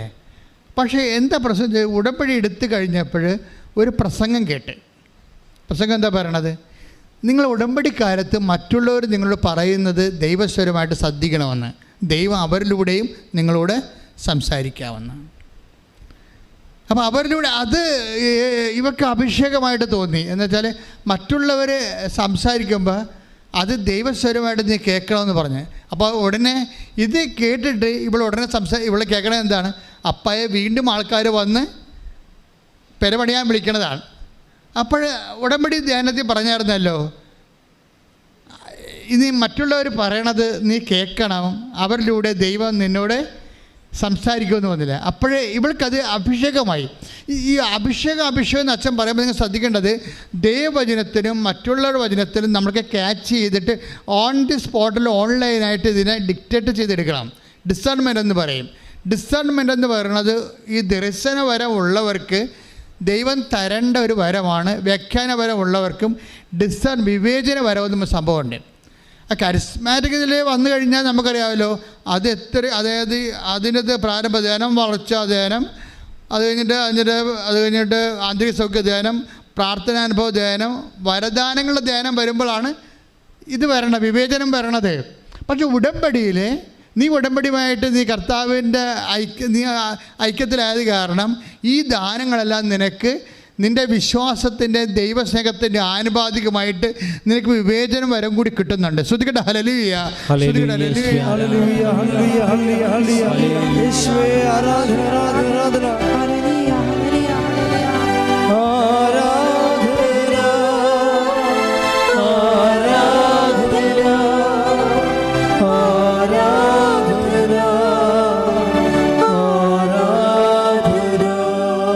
പരിശുദ്ധ പരമദിവ്യകാരുണ്യത്തിന്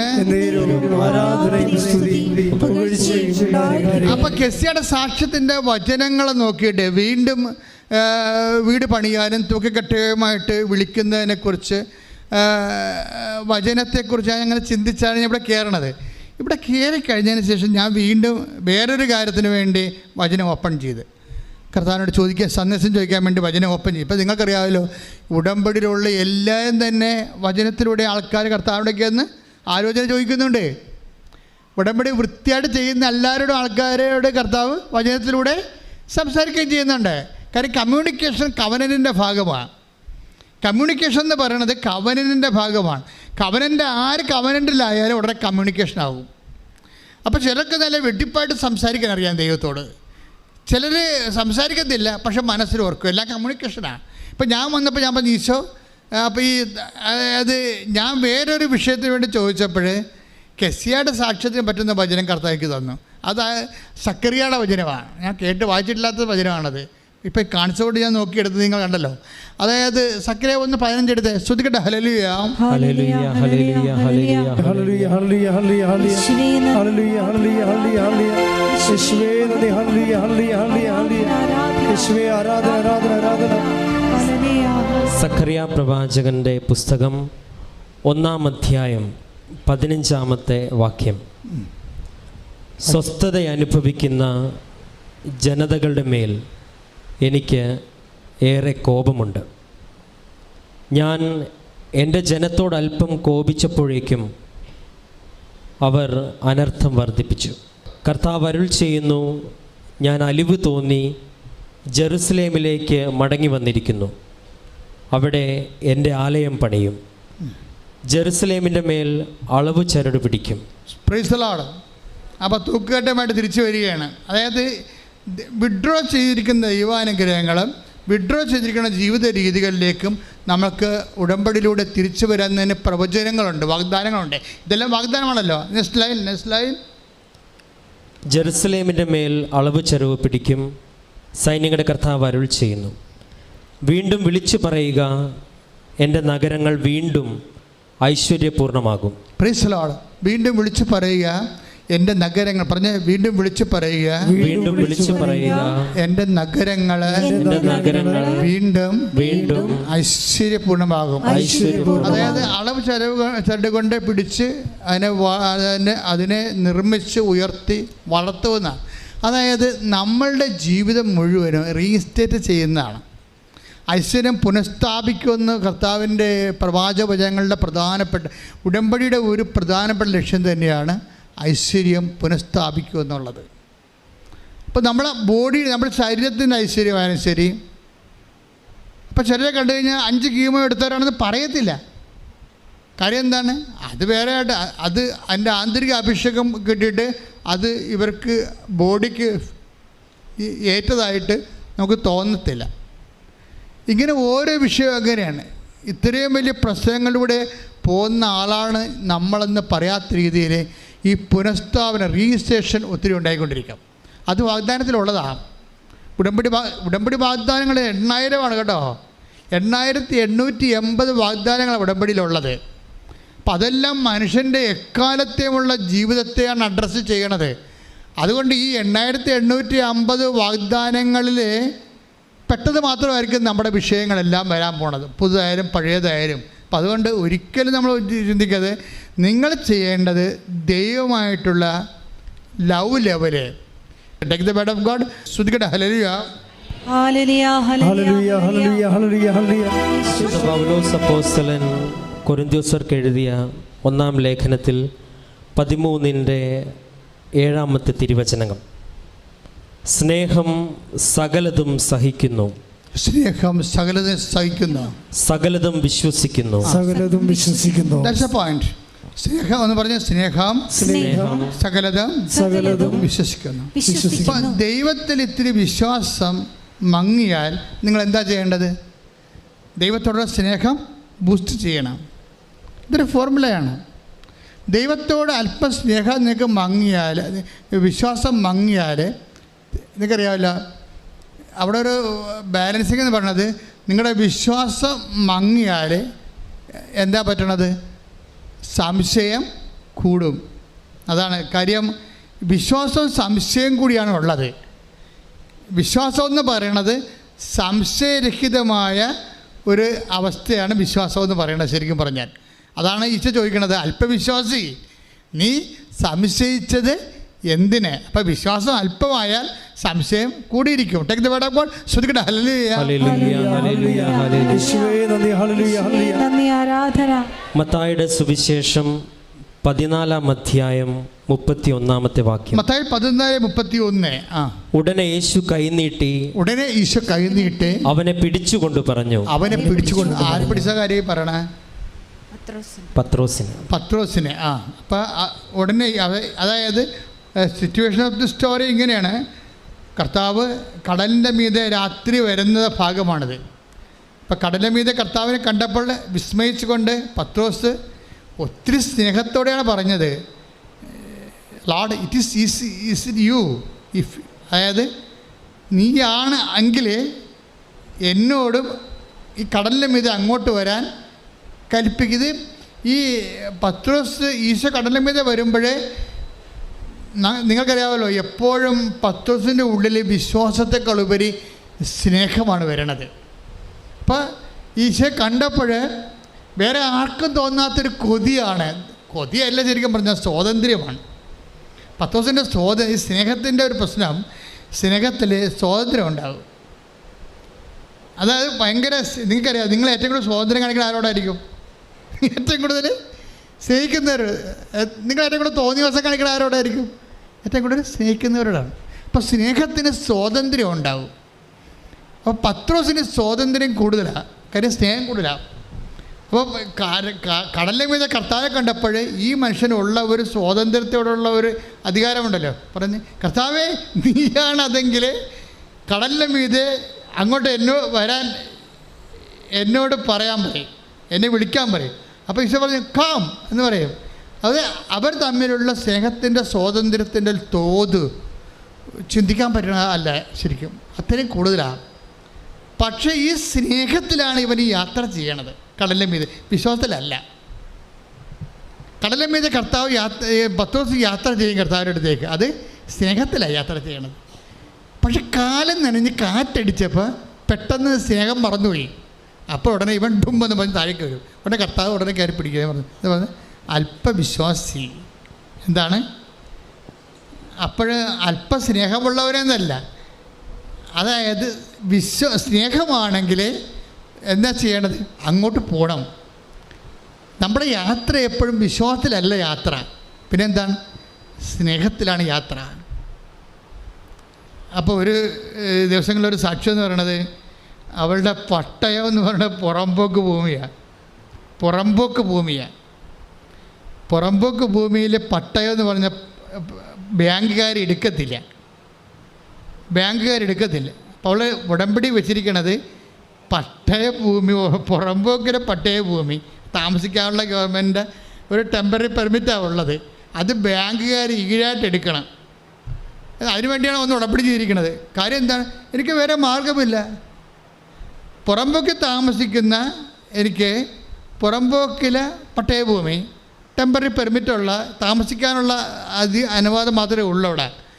അപ്പം അത് ഞങ്ങൾക്ക് ബാങ്കിൽ ഈടായിട്ട് വെക്കണം. പണിയാണ്. അതിന് ഉടമ്പടി ചെയ്തിരിക്കുകയാണ്. അതെന്ത് ഉടമ്പടിയാണ് ചെയ്തിരിക്കുന്നത്?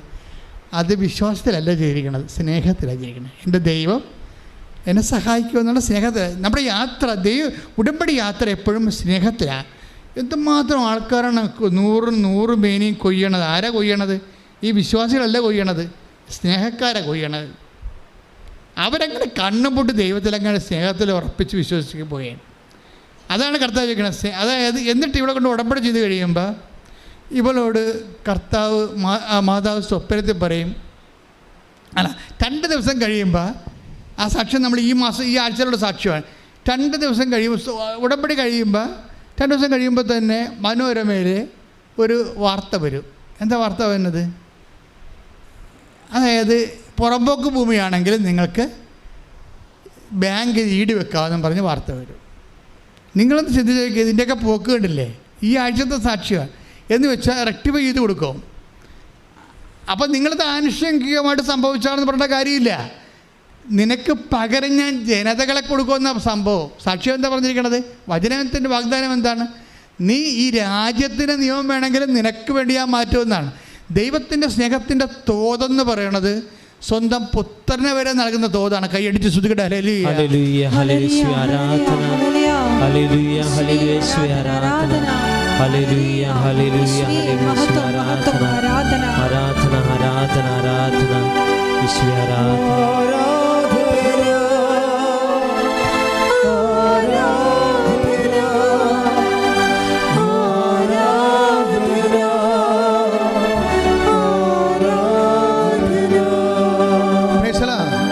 സംഭവിച്ചാൽ അതിനുശേഷം പെട്ടെന്ന് ഇവിടെ കൊണ്ടുപോയി കൊടുത്ത് ലോണാക്കും, അത് കിട്ടുകയും ചെയ്യും. പക്ഷേ ആ സ്റ്റോറി പോണ പോക്ക് കണ്ടില്ലേ? സ്റ്റോറി തുടങ്ങണത് എങ്ങനെയാണ്, ഇതിങ്ങനെ സ്റ്റോറി പുരോഗമിക്കണത് എങ്ങനെയാണ്? ഇതെല്ലാം 10 ദിവസം കടലിൻ്റെ മീതെ സ്നേഹത്തോടെ യാത്ര ചെയ്ത പോലുള്ള ഉടമ്പടി യാത്രയാണ് ഈ സംഭവം. ഇങ്ങനെ യാത്ര ചെയ്ത് കഴിഞ്ഞിട്ട് ഒരു സമയത്ത് മാതാവ് ഇവരോട് പറയും, കമ്മ്യൂണിക്കേഷൻ മാതാവ് പറയും, നീ ചെന്ന ആ കൊടുത്ത പട്ടയം തിരിച്ച് വാങ്ങിക്കാൻ പറയും. കൊടുത്ത പട്ടയം തിരിച്ച് വാങ്ങിക്കാൻ. എന്നിട്ട് ഇവിടെ മാതാവ് പറഞ്ഞതല്ലേ എന്നും പറഞ്ഞ് ബാങ്കിൻ്റെ അടുത്ത് ചെല്ലും. അപ്പോൾ 15,000 രൂപയെ അടച്ചിട്ടുള്ളൂ, ബാക്കിയെല്ലാം കടമായിട്ട് കിടക്കുകയാണ്. അപ്പോഴിവിടെ വന്നപ്പോൾ ഡോക്ടർ എന്താ മാനേജർ ചോദിക്കും, എന്തിനാ വന്നത്? അതാ പട്ടയം തിരിച്ചു തരാം. ആ തരാവേ, ആ മൊത്തം കാശ് അടച്ചേക്കാൻ പറഞ്ഞു. അപ്പോൾ ഇവിടെ ചമ്മി പോകും. അപ്പോൾ മാതാവ് ഞാൻ ചമ്മിയല്ല, നീ പറഞ്ഞിട്ട് അത് പറഞ്ഞോളൂ ശരിയാണല്ല, പൈസ പോയി നടക്കാതെ ഇങ്ങനെ പട്ടണം തന്നെ.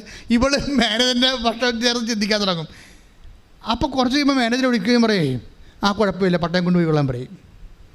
നമ്മളിതൊക്കെ കേൾക്കുമ്പോൾ നമുക്ക് തലക്ക് മരവിപ്പിച്ചു പോകും. ശരിയാ സംഭവം. ഉടനെ മാനേജർ ഇവർക്ക് പട്ടയം കൊടുക്കും. അതായത് നമ്മൾ ഉടമ്പടി വിഹിതമായിട്ട് ഇവളോടാണ് പറഞ്ഞിരിക്കണത്, പോയി പട്ടയം മേടിച്ചോളാം, പൈസ അടച്ചിട്ടില്ല.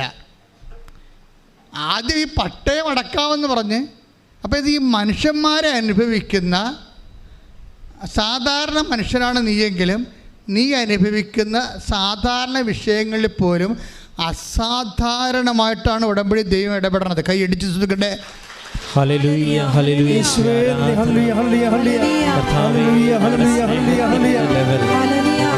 പരിശുദ്ധ പരമദിവ്യകാരണത്തിന്.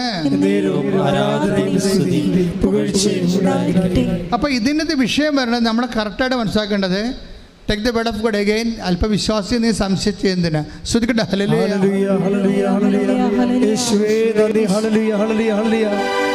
മത്തായിയുടെ സുവിശേഷം 14-ാം അധ്യായം 31-ാമത്തെ വാക്യം. മത്തായി 14:31.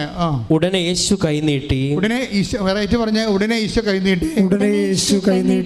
അവനെ പിടിച്ചുകൊണ്ട് പറഞ്ഞു, അല്പവിശ്വാസി നീ സംശയിച്ചതെന്ത്? അപ്പോൾ ഇവിടുത്തെ പ്രോബ്ലം വന്നിരിക്കുന്നത് വിശ്വാസവും സംശയവും ഒരുമിച്ച് വസിക്കുന്ന ഒരു വിഷയമാണ്. അപ്പോൾ നമ്മളെപ്പോഴും ടാർഗറ്റ് ചെയ്യേണ്ടത് എന്തിനാണ്? വിശ്വാസം കുറഞ്ഞാൽ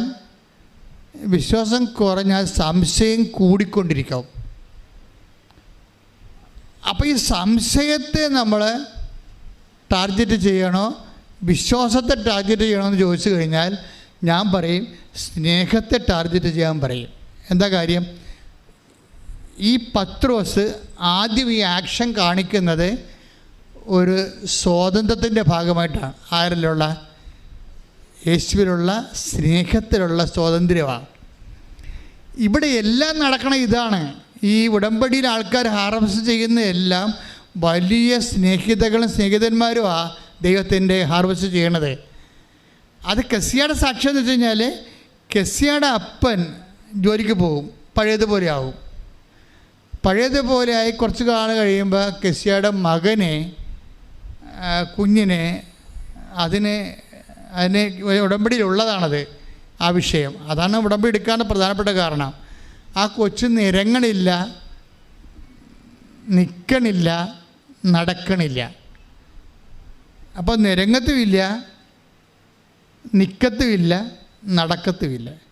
ഇപ്പോൾ എല്ലാവരും പറഞ്ഞ് ഈ കൊച്ച് എപ്പോഴും ഇങ്ങനെ തന്നെയായിരിക്കും എന്ന് പറഞ്ഞു. പക്ഷെ അത് ഉടമ്പടി വെച്ചിട്ടുണ്ട്. എൻ്റെ കുഞ്ഞ് നടക്കണമെന്ന് ഈശോയോട് പറഞ്ഞിട്ടുണ്ട്.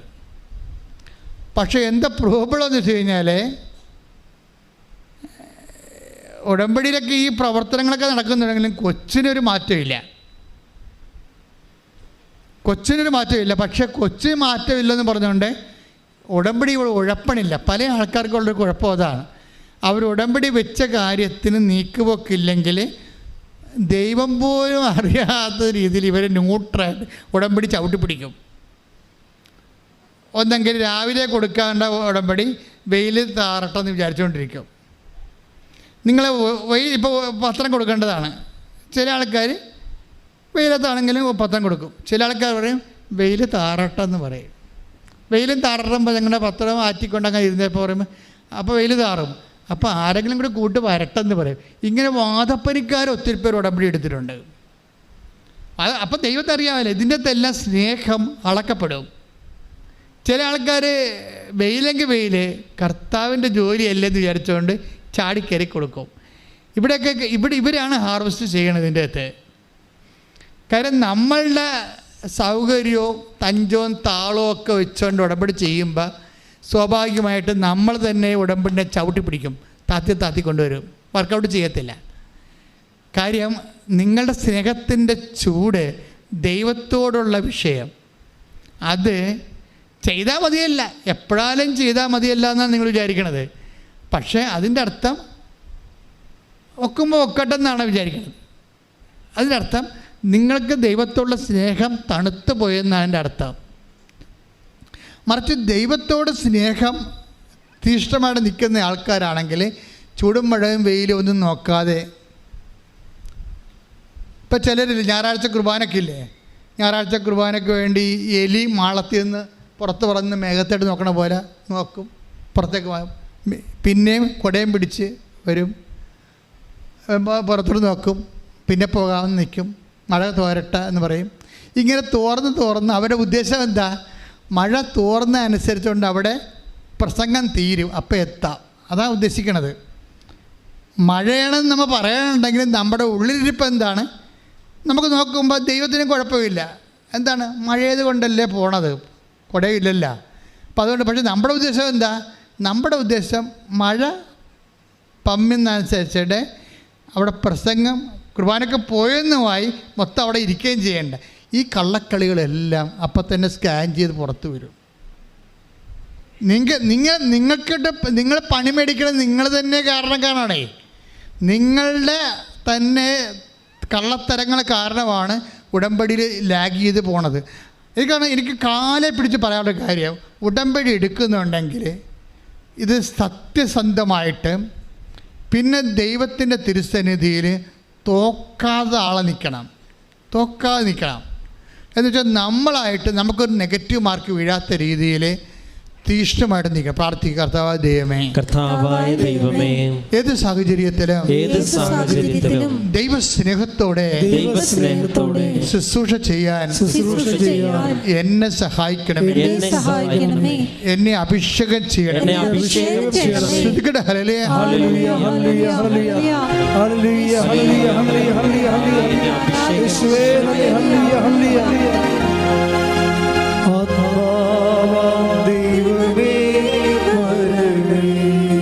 ഒരുമിച്ച് പാടുക.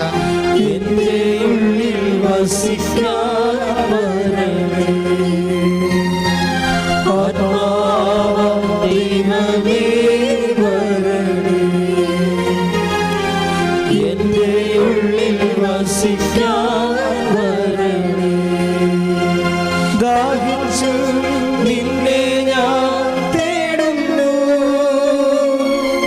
സ്വർഗം തുറന്നിറങ്ങി നീ വരണേ. ദാഹിച്ചു നിന്നെ ഞാൻ തേടുന്നു, സ്വർഗം തുറന്നിറങ്ങി നീ വരണേ. ആത്മാവാം ദൈവമേ വരണേ, എൻ്റെ ഉള്ളിൽ വസിക്കാൻ വരണേ. പരിശുദ്ധ പരമദിവ്യകാരുണ്യത്തിന് എന്നേരവും ആരാധനയും സ്തുതിയും പുകഴ്ചയും ഉണ്ടായിരിക്കട്ടെ. പരിശുദ്ധ പരമദിവ്യകാരുണ്യത്തിന് എന്നേരവും ആരാധനയും സ്തുതിയും പുകഴ്ചയും ഉണ്ടായിരിക്കട്ടെ. അപ്പം ഇത്രയും നേരം പറഞ്ഞതിൻ്റെ അർത്ഥം എന്ന ചുരുക്കം എന്താ? നിങ്ങൾ എന്ത് ചെയ്താലും ഇപ്പം തന്നെ നിങ്ങൾ ഇവിടുന്ന് ധ്യാനം കഴിഞ്ഞിട്ട് വേർത്തൊരിച്ച് ചാടി പുറത്ത് വീണ് അപ്പോഴുണ്ട് നിങ്ങളുടെ ട്രിവാൻഡ്രം വണ്ടി നിങ്ങൾ ചെല്ലുമ്പോൾ തന്നെ നിങ്ങളെ പിടിച്ചില്ലെന്ന രീതി വണ്ടി പോയി. അപ്പോൾ ഉടനെ ഡ്രൈവറിൻ്റെ തന്തയ്ക്ക് വിളിച്ചിട്ട് അവിടെ നിൽക്കും. നിങ്ങളുടെ ഉടമ്പടി ധ്യാനം എല്ലാം അവിടെ വെച്ച് ഉടയും. ഉടമ്പടി നിങ്ങളുടെ യഥാർത്ഥ നിങ്ങൾ ആരാണെന്നുള്ളത് പുറത്തു വരിക്കണം ആ സാധനം. അങ്ങനെ വരാൻ വേണ്ടി തന്നെയാണ് ഇങ്ങനെയുള്ള ഇൻസിഡൻറ്റ് സംഭവിക്കുന്നത്. അപ്പം നിങ്ങളെന്താ ചെയ്യണത്? ആ വണ്ടി വിട്ടുപോയി. അതെന്ത് ചെയ്യണം? കുറച്ച് നേരം കൂടി കാത്തു നിൽക്കണം. ഞാൻ കർത്താവിനുള്ള സ്നേഹത്തെ പ്രതി ഞാൻ കാത്തു നിൽക്കും ഈ വെയിലത്ത്. ആ സംഭവം നിങ്ങൾക്കുണ്ടായ ക്ലേശങ്ങളെ കർത്താവിൻ്റെ സ്നേഹത്തിൻ്റെ അക്കൗണ്ടിലേക്ക് ഉടനെ വരവ് വെച്ച് എഴുതി മാറ്റണം. ഇങ്ങനെയാണ് സ്നേഹത്തെ വളരണത്. പ്രീഡിയ അല്ല ദൈവൻ്റെ തന്തയ്ക്ക് വിളിച്ചിട്ട് കാര്യമില്ല. മറിച്ച് എനിക്കുണ്ടായിരുന്ന ക്ലേശത്തെ അത് ആരിൽ നിന്നുണ്ടായാലും, വീട്ടിലുണ്ടായാലും, വഴിയിലുണ്ടായാലും, ഇവിടെ നിന്നുണ്ടായാലും, ക്ലേശമെന്ന് വെച്ചാൽ ബേസിക്കായിട്ട് നോക്കുമ്പോൾ എന്താണത്? കുരിശാണ്. ക്രിസ്തു കുരിശിനെ എന്ത് ചെയ്തു? അത് മതി. അതായത് ക്ലേശമെന്ന് പറഞ്ഞപ്പോൾ ഡ്രൈവർ ഉണ്ടാക്കിയാലും, കണ്ടക്ടർ ഉണ്ടാക്കിയാലും, വീട്ടുകാരുണ്ടാക്കിയാലും, ആരുണ്ടാക്കിയാലും ക്ലേശമെന്ന് പറഞ്ഞ സാധനം എന്താ? ബേസിക്കായിട്ട് അത് കുരിശാണ്. ഈ കുരിശിന് നമ്മൾ എന്താ ചെയ്യേണ്ടത്? ചവിട്ടൊടിക്കണേണ് അല്ല. ക്രിസ്തു എന്താ ചെയ്തത്? I command my spirit. കുരിശിൻ്റെ അവസാനം എന്താ പറഞ്ഞത്? കുരിശിൻ്റെ ആദ്യ വിശ്വാസം പറഞ്ഞില്ല. അത് ഡ്യൂട്ടിയെല്ലാം പൂർത്തിയാക്കിയിട്ട് കുരിശ് എന്ത് ചെയ്യണമെന്നുള്ള അവസാനം പറയും. എന്താണ്? കുരിശ് അപ്പായെ ഏൽപ്പിക്കുന്നു. ഇത് ഏൽപ്പിച്ചിട്ട് എനിക്ക് തിരിച്ചു തരേണ്ടത് എന്താണ്? അപ്പായുടെ സ്നേഹം. നിൻ്റെ സ്നേഹത്താൽ ഞാൻ മഹത്വപ്പെടട്ടെ. അപ്പ മഹത്വപ്പെടുത്തി കർത്താവിനെ ഉയർത്തെഴുന്നേൽപ്പിച്ചുകൊണ്ട് അപ്പ മഹത്വപ്പെടുത്തി. കൈയടിച്ച് ശ്രദ്ധിക്കട്ടെ.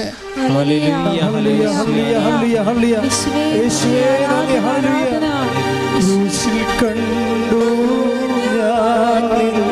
സ്നേഹത്തെ ആഴമാർന്ന നിൻ മഹാത്യാഗത്തെ ക്രൂശിൽ കണ്ടു ഞാൻ നിൻ സ്നേഹത്തെ ആഴമാർന്ന നിൻ മഹാത്യാഗത്തെ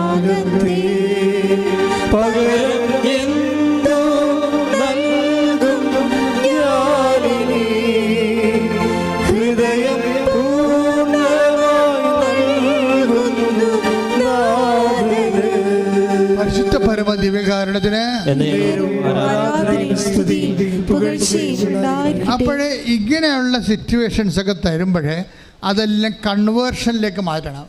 അതെല്ലാം ക്ലേശങ്ങളെല്ലാം സ്നേഹമായിട്ട് കൺവേർട്ട് ചെയ്യണം. ഇത് ആധ്യാത്മികമായ ഒരു മെറ്റാബോളിസ പ്രക്രിയ അവിടെ നടക്കുന്നത്. ഒരു പചന വ്യവസ്ഥയാണ് നമുക്ക്. ആ പചന വ്യവസ്ഥയിൽ കുരിശ് കൃപയായിട്ട് കൺവേർട്ട് ചെയ്യപ്പെടും. പക്ഷേ ക്ലേശമായിട്ടാണ് നമുക്കതിനെ കിട്ടണത്. നമ്മളതിനെ പാചകം ചെയ്താണ് ക്ലേശങ്ങളെ നമ്മൾ വിശ്വാസം, പ്രത്യാശ, സ്നേഹം മുതലായ ഇൻഗ്രീഡിയൻസ് ചേർത്തുകൊണ്ട് അല്ലെങ്കിൽ പരിശുദ്ധാത്മാവിൻ്റെ തീ ചേർത്തുകൊണ്ട് ഈ ക്ലേശങ്ങളെ നമ്മൾ ദൈവസ്നേഹത്താൽ പാചകം ചെയ്യും. പാചകം ചെയ്തിട്ടാണ് ഇതിനെ കൃപയായിട്ട് കൺവേർട്ട് ചെയ്യണത്. അപ്പം അതുകൊണ്ട് ഉടമ്പടി ഒരു ജീവിത രീതിയാണ്, ജീവിത ധർമ്മമാണ്, അതുപോലെ ജീവിത ശൈലിയാണ്. ഇതാ അല്ല ഇവിടെ കൊണ്ടുവന്ന് എന്തെങ്കിലും എഴുതിയിട്ട് കെട്ടിത്താത്തിയിട്ട് പോകണമല്ല കേസ് കെട്ട്. അതിൻ്റെ പിന്നിലുള്ള അതിൻ്റെ പ്രക്രിയകൾ, അതിൻ്റെ ഭാഷ്യമാണ് ഞാൻ നിങ്ങളോട് പറയണത്. ഉടമ്പടിയുടെ പ്രക്രിയയുണ്ട്, അതിൻ്റെ ജീവിത രീതികളുണ്ട്, അതിൻ്റെ ഒരു ഭാഷ്യമാണ്. എന്ന് വെച്ചാൽ ഇൻ കേസ് നിങ്ങൾ അതിനാൽ ദൈവത്തിൻ്റെ സ്വന്തം പൈതലായിട്ട് അങ്ങോട്ട് കൺവേർട്ട് ചെയ്യപ്പെടും. ദൈവത്തിൻ്റെ സ്വന്തം പൈതലായി കഴിഞ്ഞാൽ പിന്നെ ഈ പ്രോബ്ലംസ് ഒന്നുമില്ല. എന്താ കാര്യം? നമ്മൾ മക്കളാണെങ്കിൽ അവകാശികളാണ്, അതിനെക്കുറിച്ച് നമുക്ക് നല്ല ബോധമുണ്ട്. കർത്താവിൻ്റെ സ്നേഹിതനാണെങ്കിൽ, കർത്താവിൻ്റെ സ്വന്തമാണെങ്കിൽ, അത് നീയാണെങ്കിൽ എനിക്കും കടലിൻ്റെ മീതെ നടക്കാനുള്ള അവകാശമുണ്ട്. കൈയടിച്ച് ശ്രദ്ധിക്കട്ടെ. ഹല്ലേലൂയ, ഹല്ലേലൂയ, യേശുവേ ആരാധന. യേശുവേ ഹല്ലേലൂയ, ഹല്ലേലൂയ, ഹല്ലേലൂയ, ഹല്ലേലൂയ, ഹല്ലേലൂയ, ഹല്ലേലൂയ, ഹല്ലേലൂയ, യേശുവേ ഹല്ലേലൂയ, ഹല്ലേലൂയ, ഹല്ലേലൂയ, യേശുവേ ആരാധന. ആരാധന, ആരാധന, യേശുവേ ആരാധന. പരിശുദ്ധ പരമ ദിവ്യകാരുണ്യത്തിന് ആരാധനയും സ്തുതിയും പുകഴ്ചയും ഉണ്ടായിരിക്കട്ടെ. അപ്പോൾ ഡോക്ടർ കെസ്യയോട് പറഞ്ഞു, ഈ കുട്ടി നടക്കാനുള്ള സാധ്യത കുറവാണെന്ന് പറഞ്ഞു. അതാണ്. പക്ഷേ പിറ്റേ ദിവസം ദിവ്യകാരുണ്യനാഥനെ നിത്യാരാധനയിൽ കെസ്യ കാണുന്നൊരു കാഴ്ചയുണ്ട്. അപ്പോൾ ഡോക്ടർ ഇങ്ങനെ പറഞ്ഞതിൻ്റെ സങ്കടം അവളുടെ മനസ്സിലുണ്ട് ഭയങ്കരമായിട്ട്. അപ്പോൾ ദിവ്യകാരുണ്യനാഥനെ കാണുമ്പോൾ കെസ്യ പറയും, ഞാൻ ഉടമ്പടിയുടെ കാര്യം അമ്മ നിന്നോട് പറഞ്ഞിട്ടില്ല എന്ന് ചോദിക്കും. ആ ഒരു ഡയലോഗിൻ്റെ പോക്ക്, കമ്മ്യൂണിക്കേഷൻ പോക്ക് കണ്ട, ഇതിൻ്റെ സ്നേഹത്തിൻ്റെ ലെവൽ കണ്ട. ഈശോനെ ദിവ്യകാരുണ്യനാഥനെ കണ്ടപ്പോൾ കെസ്യ ചോദിക്കണത് എന്താണ്? ഞാൻ അമ്മയെടുത്ത് ഉടമ്പടി എടുത്തായിരുന്നു, ആ കാര്യം അമ്മ നിന്നോട് പറഞ്ഞിട്ടുണ്ടോ എന്ന് ചോദിക്കും. എന്താ കാര്യം? പറഞ്ഞിട്ടുണ്ടോ ഇല്ലയോ എന്നല്ല, അവളുടെ കുഞ്ഞിന് മാറ്റമൊന്നുമില്ല. അപ്പോൾ അമ്മ പറഞ്ഞിട്ടില്ല എന്നാണ് ഇവിടെ പറയണത്. എന്നിട്ട് പിന്നീട് ഇവിടെ കണ്ണ് നിറഞ്ഞുകൊണ്ട് ഈശോയോട് ചോദിക്കും, ഈശോ എൻ്റെ അമ്മ പറഞ്ഞിട്ടുണ്ടെങ്കിൽ എൻ്റെ ഉടമ്പടിയെ നീ ഓർക്കുന്നുണ്ടോ? എന്തുമാത്രം ആൾക്കാർ ഉടമ്പടി എടുക്കണേ, ലക്ഷക്കണക്കിന് ആൾക്കാരല്ലേ ഉടമ്പടി എടുത്തിരിക്കണേ, എൻ്റെ ഉടമ്പടിയെ നീ ഓർക്കുന്നുണ്ടോ എന്ന് ചോദിക്കും. ഒരു പ്രാർത്ഥനയുടെ രീതി കണ്ട. പുറത്തിറങ്ങുമ്പോൾ ഒരു മഴവില്ലിങ്ങനെ ഇവിടെ മുമ്പിൽ നിന്ന് വീശിയിട്ടിങ്ങനെ ആകാശം മുഴുവൻ നിറഞ്ഞ് കിടക്കും. മഴവില്ലെന്താണ്? ഉടമ്പടി ഉറപ്പിക്കുന്നതിൻ്റെ ബൈബിൾ സൂചനയാണ് മഴവില്ല്. എന്താണ്? ഞാനത് ഓർക്കുന്നുണ്ടെന്ന്. അപ്പോൾ കൊച്ച് എഴുന്നേറ്റ് നടക്കാൻ തുടങ്ങും. ഹല്ലേലൂയ, യേശുവേ ഹല്ലേലൂയ, ഹല്ലേലൂയ, യേശുവേ നന്ദി. ഹല്ലേലൂയ, ഹല്ലേലൂയ. ഉടമ്പടി പ്രാർത്ഥനയിൽ ഉടനടി പരിഹാരമേകും. മഴവില്ലേ? മഴവില്ല. ഉടമ്പടി പ്രാർത്ഥനയിൽ ഉടനടി പരിഹാരമേകും.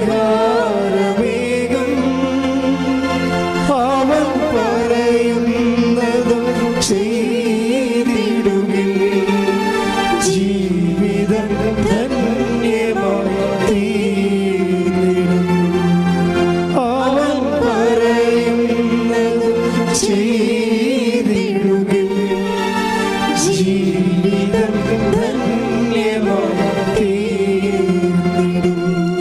ഉൽപ്പത്തിയുടെ പുസ്തകം 9-ാം അധ്യായം 16-ാമത്തെ വാക്യം. 39:16. മേഘങ്ങളിൽ മഴവില്ല് തെളിയുമ്പോൾ ഭൂമുഖത്തുള്ള എല്ലാ ജീവജാലങ്ങളുമായി ചെയ്ത എന്നേക്കുമുള്ള ഉടമ്പടി ഞാൻ ഓർക്കും. Praise the Lord. ഹല്ലേലൂയ, ഹല്ലേലൂയ, യേശുവേ ഹല്ലേലൂയ, ഹല്ലേലൂയ, ഹല്ലേലൂയ, ഹല്ലേലൂയ. അവൻ പറയുന്നത് ചെയ്തിടുകിൽ ജീവിതം ധന്യമായി തീർന്നിടും. നിങ്ങൾ ഈ സാക്ഷ്യങ്ങളെ വീട്ടിൽ പോയി കേൾക്കണം കേട്ടോ. കെസ്സിയ കണ്ണമാലി, അതായത് ഇവൾ പറയുന്ന രീതികൾ എന്താണ്? അവസാനം ചോദിക്കുന്നതാണ്. എന്താണ്? എത്രയോ മനുഷ്യർ ഉടമ്പടി എടുക്കുന്നതാണ്. കെസ്സിയുടെ ഉടമ്പടി നീ ഓർക്കുന്നുണ്ടോ എന്ന് ചോദിക്കണമെങ്കിൽ, അതും ദിവ്യക്കാരുടെ നാഥനോട് ചോദിക്കണമെങ്കിൽ എന്തുമാത്രം സ്നേഹം ഉണ്ടാകണം, ഈശോയോട് എന്ത് ബന്ധമുണ്ടാകണം. അങ്ങനെ ആ ബന്ധത്തിൽ ചോദിക്കുമ്പോഴാണ്, പുറത്തോട്ടിറങ്ങുമ്പോഴാണ് മഴവില്ല് ഒരറ്റം തൊട്ട് മേഘത്തെ നിറഞ്ഞു നിൽക്കുന്നത്. മഴവില്ല് എന്താ പറയുന്നത്? എന്താണ്? ബൈബിളിൽ ഉടമ്പടി സ്ഥാപിക്കുന്നതിൻ്റെതാണ്, ഉടമ്പടി ഓർക്കുന്നതിൻ്റെതാണ്. ആ ഓർക്കുന്ന ചോദ്യത്തിന് ദൈവം ആ വാക്കിൽ തന്നെ ഉൽപ്പത്തി 9:16 അനുസരിച്ച് കൊണ്ട് ഈ മഴവില്ലും മേഘങ്ങളിൽ കാണുമ്പോൾ നീ മനസ്സിലാക്കണം, ഞാൻ നിനക്കും എനിക്കും തമ്മിൽ സ്ഥാപിച്ച ഉടമ്പടി ഞാൻ ഓർക്കുമെന്ന്. ആ ഓർമ്മയെന്ന് പറഞ്ഞാൽ എന്താണ്? കൊഞ്ച് എഴുന്നേറ്റ് നടക്കണതാണ്. ഇത് കഥ മാത്രമല്ലല്ലോ, കൊച്ചെഴുന്നേറ്റ് നടക്കുന്നുണ്ടല്ലോ. അത് നിൽക്കത്തില്ലെന്ന് പറഞ്ഞ കൊച്ച് എഴുന്നേറ്റ് നടക്കാൻ തുടങ്ങി അന്ന് മുതൽ. ശ്രുതിക്കട്ടെ ഹല്ലേലൂയ. ഹല്ലേലൂയ, ഹല്ലേലൂയ, ഹല്ലേലൂയ, ഹല്ലേലൂയ. ആരാധന, ആരാധന, ഹല്ലേലൂയ. Praise the Lord. Praise the Lord.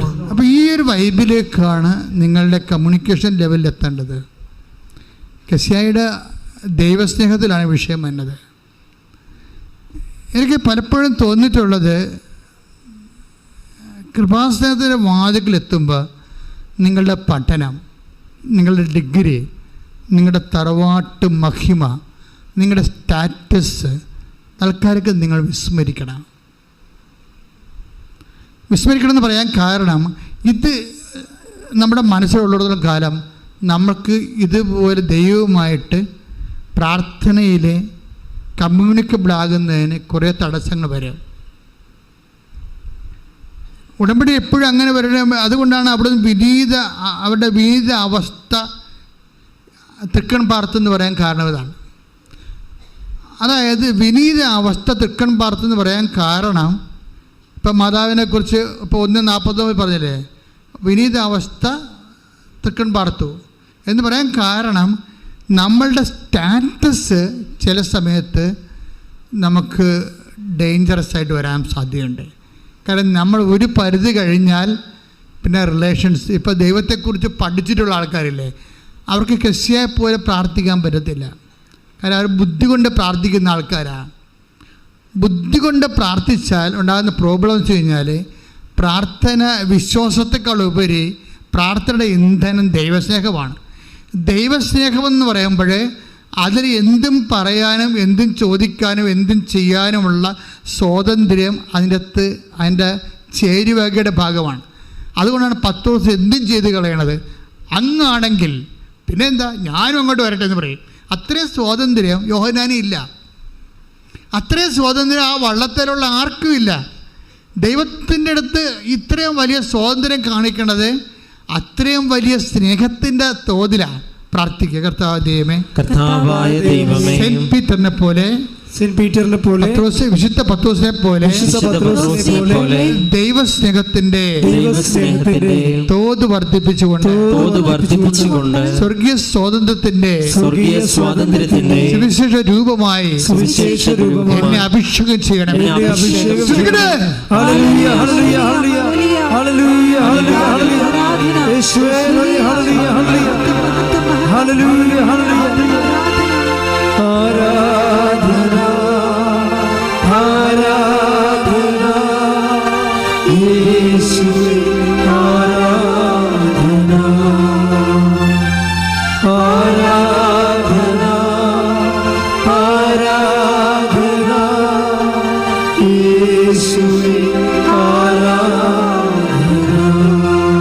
പരിശുദ്ധ പരമ ദിവ്യകാരുണ്യത്തിന് പരിശുദ്ധ പരമ ദിവ്യകാരുണ്യത്തിന്. അതായത് എപ്പോഴും ഈ കമ്മ്യൂണിക്കേഷൻ ലെവലിലേക്ക് നമ്മൾ കീപ്പ് ചെയ്യാൻ വേണ്ടി പ്രത്യേകം ശ്രദ്ധിക്കണം. ദൈവമായിട്ടുള്ള സ്നേഹത്തിൻ്റെ ലെവല് കീപ്പ് ചെയ്യാൻ വേണ്ടി. അതിപ്പോൾ അതിനുള്ള ഏറ്റവും വലിയ മാർഗം എന്ന് പറയുന്നത് സാക്ഷ്യം കേൾക്കുന്നത് തന്നെയാണ്. ഇപ്പോൾ ഒരു ദിവസം നമ്മൾ 25 സാക്ഷ്യം അപ്പ് ചെയ്യുന്നുണ്ട്. ഇൻഡിവിജ്വലായിട്ട് 10 സാക്ഷ്യം, കളക്റ്റീവായിട്ട് 15 സാക്ഷ്യം, അങ്ങനെയാണ് 25 സാക്ഷ്യം ഒരു ദിവസം അപ്പ് ചെയ്യാണ്. ഓരോ സാക്ഷ്യവും ഓരോ ബൈബിളാണ്. ബൈബിൾ എന്ന് വെച്ച് കഴിഞ്ഞാൽ വെന്ത ബൈബിൾ എന്ന് പറയുന്നത്. ബൈബിള്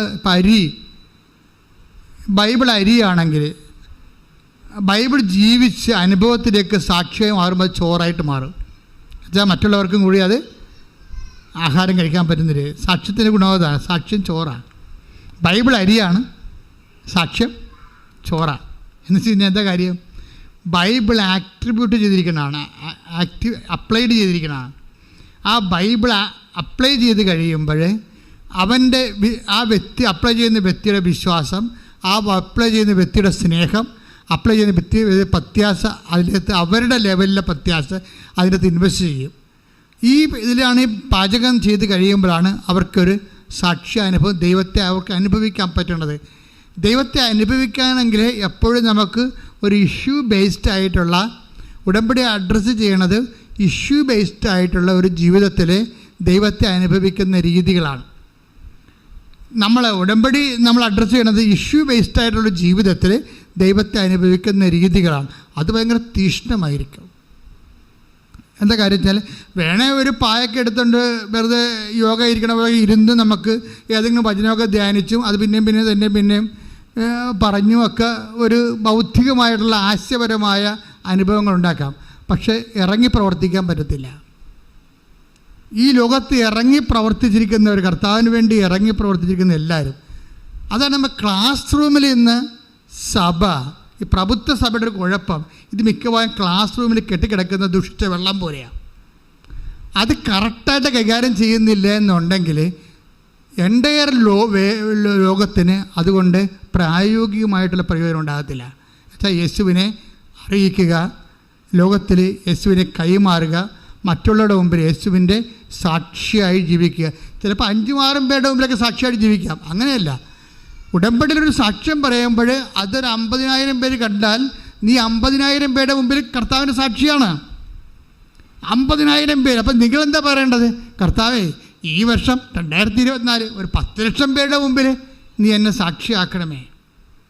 നീ ഉടമ്പടി എടുക്കുമ്പോൾ പ്രാർത്ഥിക്കേണ്ടതെന്ന് വെച്ച് കഴിഞ്ഞാൽ 10 ലക്ഷം പേരുടെ മുമ്പിൽ 2024 എന്നെ സാക്ഷിയാക്കണമേ. ഒന്ന് പ്രാർത്ഥിച്ച്. കർത്താവേ 10 ലക്ഷം ഈ വർഷം 10 ലക്ഷം പേരുടെ മുമ്പിൽ നിന്റെ പീഡാനുഭവത്തിന്റെ കുരിശുമരണത്തിന്റെ പുനരുത്ഥാനത്തിന്റെ സാക്ഷിയാകാനുള്ള അനുഭവങ്ങളിലൂടെ എന്നെ നടത്തണമേ.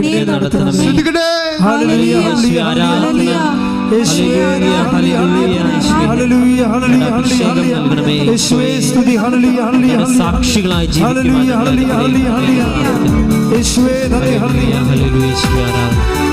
കരങ്ങളടിച്ചുകൊണ്ട് പാടാം. കൃപയാലേ കൃപയാലേ കൃപയാലനുദിനവും കൃപയാലേ കൃപയാലേ കൃപയാലനുദിനവും ബലഹീനതയിൽ ബലമേകി ബലവാനായോ നടത്തിടുന്നു. ബലഹീനതയിൽ ബലമേകി ബലവാനായോ നടത്തിടുന്നു. കൃപയാലേ കൃപയാലേ കൃപയാലനുദിനവും കൃപയാലേ കൃപയാലേ കൃപയാലനുദിനവും. പരിശുദ്ധ പരമദിവ്യകാരുണ്യത്തിന് നേരത്തെ ഞാനൊരു സാക്ഷ്യം പറഞ്ഞില്ലേ? എന്താ പറഞ്ഞത്? ഒരു മോളയുടെ മാതാവ് പറഞ്ഞു, എന്താ പറഞ്ഞത്? അവൾ ഉടമ്പടി ചെയ്തപ്പോൾ തന്നെ അവളുടെ പുറമ്പോക്ക് ഭൂമി വിധേയമായി. അത് 2 ദിവസത്തിനുള്ളിൽ സംഭവിച്ചതാണ്.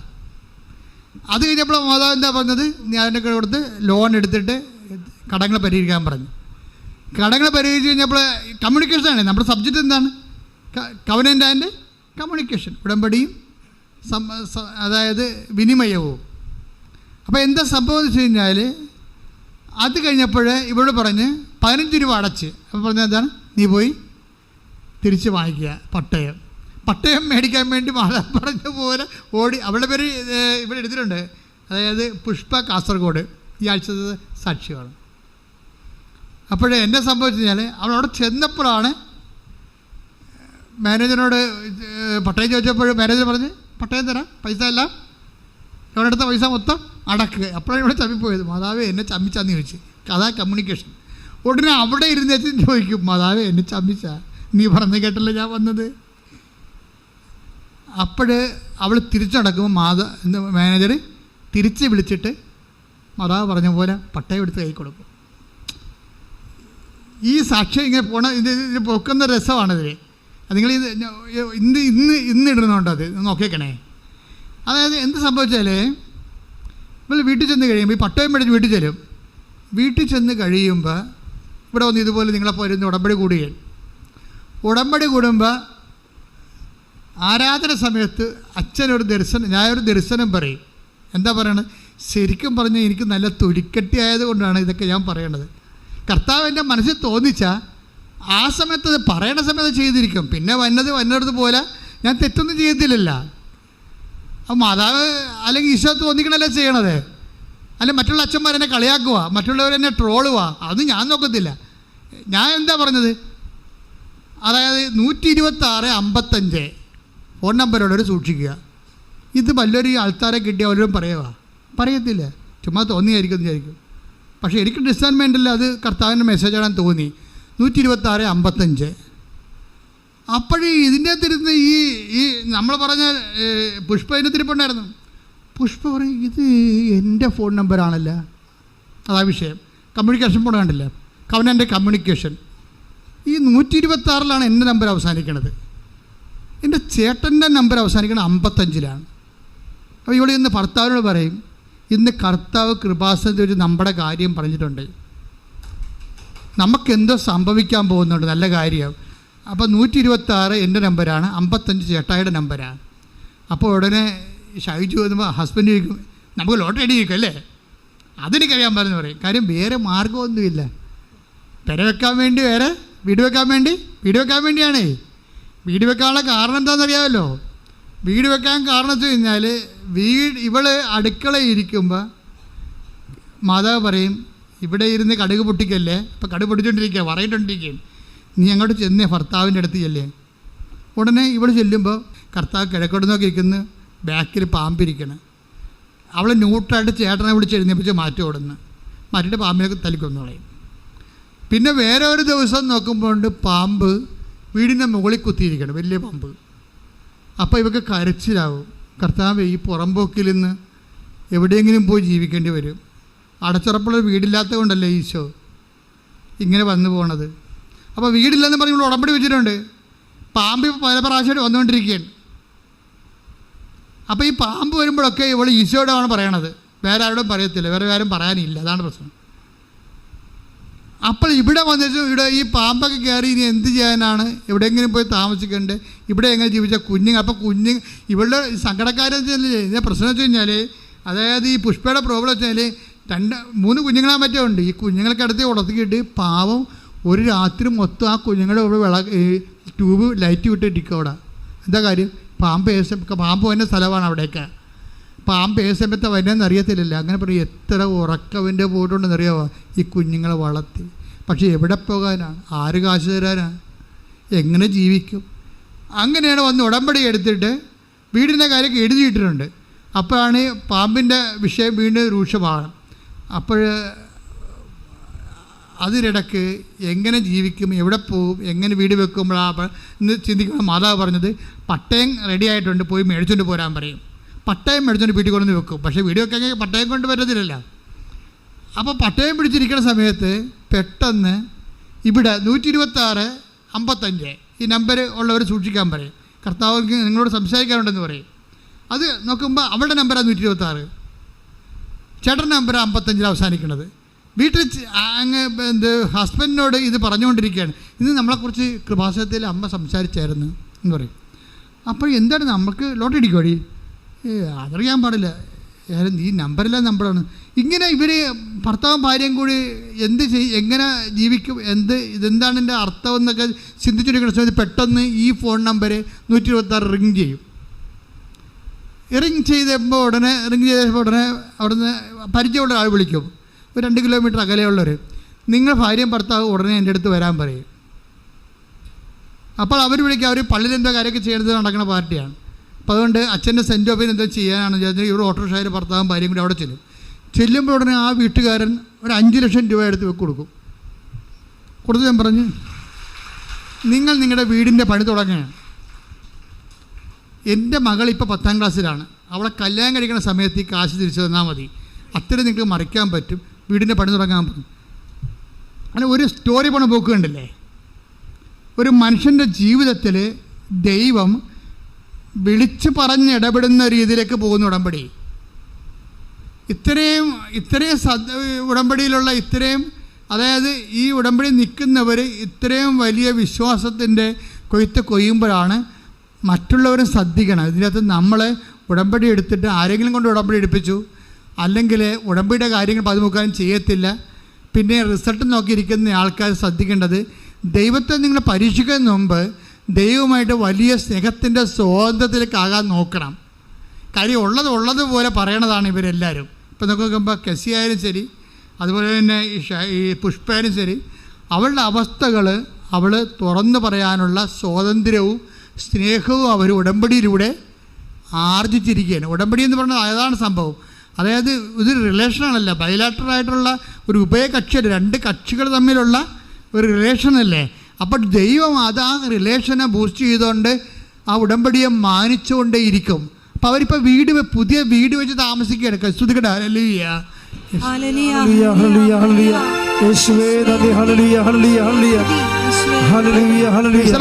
ഇനി വീട് വെക്കാമെന്ന വേറെ രസമുണ്ട്. ഇതിൻ്റെ ഇടയ്ക്ക് പുഷ്പ പറയവേ, കർത്താവേ എനിക്കറിയാം നീയാണ് എനിക്ക് വീട് തന്നതെന്ന് എനിക്കറിയാം, പക്ഷേ എനിക്ക് അത് കേൾക്കാൻ ഭയങ്കര സന്തോഷമാണ്. നീയാണെന്നുള്ളത് എനിക്കൊരു അടയാളം തരാൻ പറയും. ആൾക്കാർ കമ്മ്യൂണിക്കേറ്റ് ചെയ്യുന്ന രീതിയല്ല. നമ്മുടെ വിഷയം എന്താണ്? കവനൻ്റ് അതിൻ്റെ കമ്മ്യൂണിക്കേഷൻ. അപ്പോൾ എന്നിട്ട് കർത്താവിന് പറയും, നീയാണ് ഇപ്പോഴേ ഈ 5 ലക്ഷം രൂപ അങ്ങനെ കൊണ്ട് തടിയിച്ചതെന്ന് എനിക്കറിയാം, അതിനെനിക്കൊരു അടയാളം തരാൻ പറയും, നീയാണ് ഉള്ളതെന്ന്. ഉടനെ ഒരു വീട് പണിയാനുള്ള ആൾക്കാരെ വിളിച്ചുകൊണ്ട് വരുമ്പോൾ വീട് പണിയാൻ തുടങ്ങുമ്പോൾ അവരിങ്ങനെ മരപ്പണി തുടങ്ങാൻ നേരത്തെ സാധനം ചീട് തെറിപ്പിക്കുന്ന പരിപാടി ഉണ്ടല്ലോ. അപ്പോൾ അതങ്ങനെ ആ വർക്ക് ചെയ്യാൻ വേണ്ട സമയത്ത് വരുമ്പോൾ ഈ പണിക്കൻ പറയും, ഒരു നിമിഷം ഞാനൊരു വിശ്വാസ പ്രമാണം ചൊല്ലിയിട്ട് ചെയ്യാൻ ആണ് ആഗ്രഹിക്കുന്നത്, ഞാൻ വിശ്വാസ പ്രമാണം ചൊല്ലിട്ടെന്ന് ചോദിക്കും. അപ്പോൾ അതൊക്കെ പഠിക്കാൻ ക്രിസ്ത്യാനി അല്ല. അതാണ് വിഷയം. വിളിച്ച ആളറി വിശ്വാസ പ്രമാണം ചൊല്ലട്ടെന്ന് ചോദിക്കുന്ന ആളാരാണ്?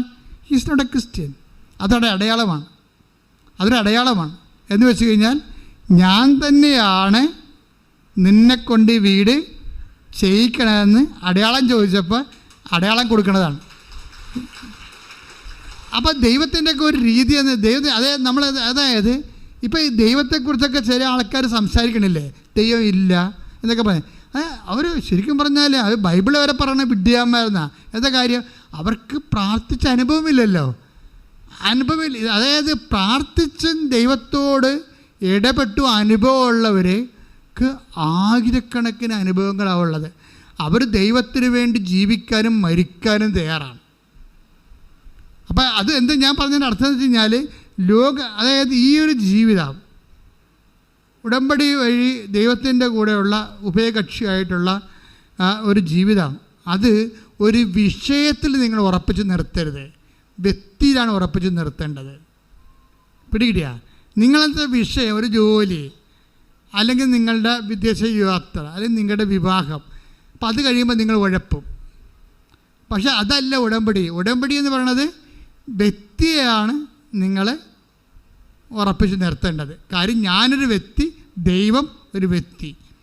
അതൊരു ടെമ്പററി ആയിട്ടുള്ള അറേഞ്ച്മെൻ്റ് അല്ല, നിത്യത വരെ എത്തുന്ന ഒരു ബന്ധമാണ്. പ്രാർത്ഥിക്കുക, കർത്താവായ ദൈവമേ എൻ്റെ ജീവിതത്തിലെ നിത്യത വരെ എത്തുന്ന വലിയ സ്നേഹബന്ധമായ ഉടമ്പടി ജീവിക്കാൻ അവസരം തന്നതിന് നന്ദി പറയുന്ന, ഉടമ്പടിയിൽ വളരുവാൻ എന്നെ സഹായിക്കണമേ.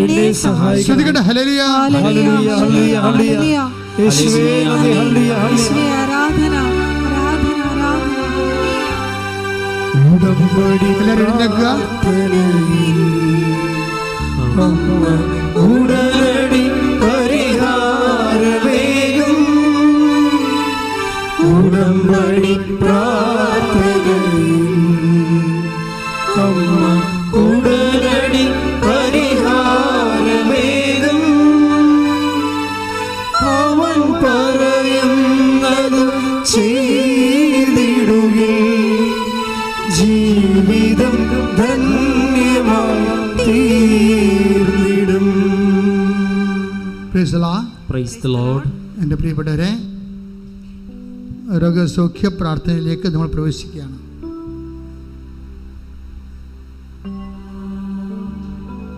ഞങ്ങൾ ഉടമ്പടി ചെയ്യുന്ന വിഷയങ്ങൾ ഓൺലൈനിലുള്ളവർ പ്രത്യേകം ശ്രദ്ധിക്കുക. ഉടമ്പടി ചെയ്ത വിഷയങ്ങൾ ഇപ്പോൾ ഓർക്കുക. നിങ്ങൾ എപ്പോൾ ഈ ധ്യാനം കൂടിയാലും ധ്യാനത്തിലേക്ക് വരുമ്പോൾ തന്നെ ചെയ്യേണ്ട കാര്യം അത് ഷെയർ ചെയ്യണം. നിങ്ങൾ സാക്ഷ്യം കേൾക്കാൻ തുടങ്ങുമ്പോൾ തന്നെ ആദ്യം ഷെയർ ചെയ്തിട്ട് വേണം സാക്ഷ്യം കേൾക്കാൻ. എന്നിട്ട് പ്രാർത്ഥിക്കണം, കർത്താവേ, ഞാനീ ഷെയർ ചെയ്യുന്ന സാക്ഷ്യം അനേകം മക്കൾ കേട്ട് അവർ നിൻ്റെ കൃപയിൽ ജീവിക്കാൻ, വിശുദ്ധി ജീവിക്കാൻ, വിശ്വാസത്തിൽ ജീവിക്കുവാൻ അവരെ സഹായിക്കണമേ. എന്നെ സുവിശേഷത്തിൻ്റെ ഉപകരണമാക്കണമേ, യേശു കൈമാറ്റത്തിൻ്റെ ഉപകരണമാക്കണമേ എന്ന് പ്രാർത്ഥിക്കുക. ശ്രുതികട ഹല്ലേലൂയ ഹല്ലേലൂയ ഹല്ലേലൂയ ഹല്ലേലൂയ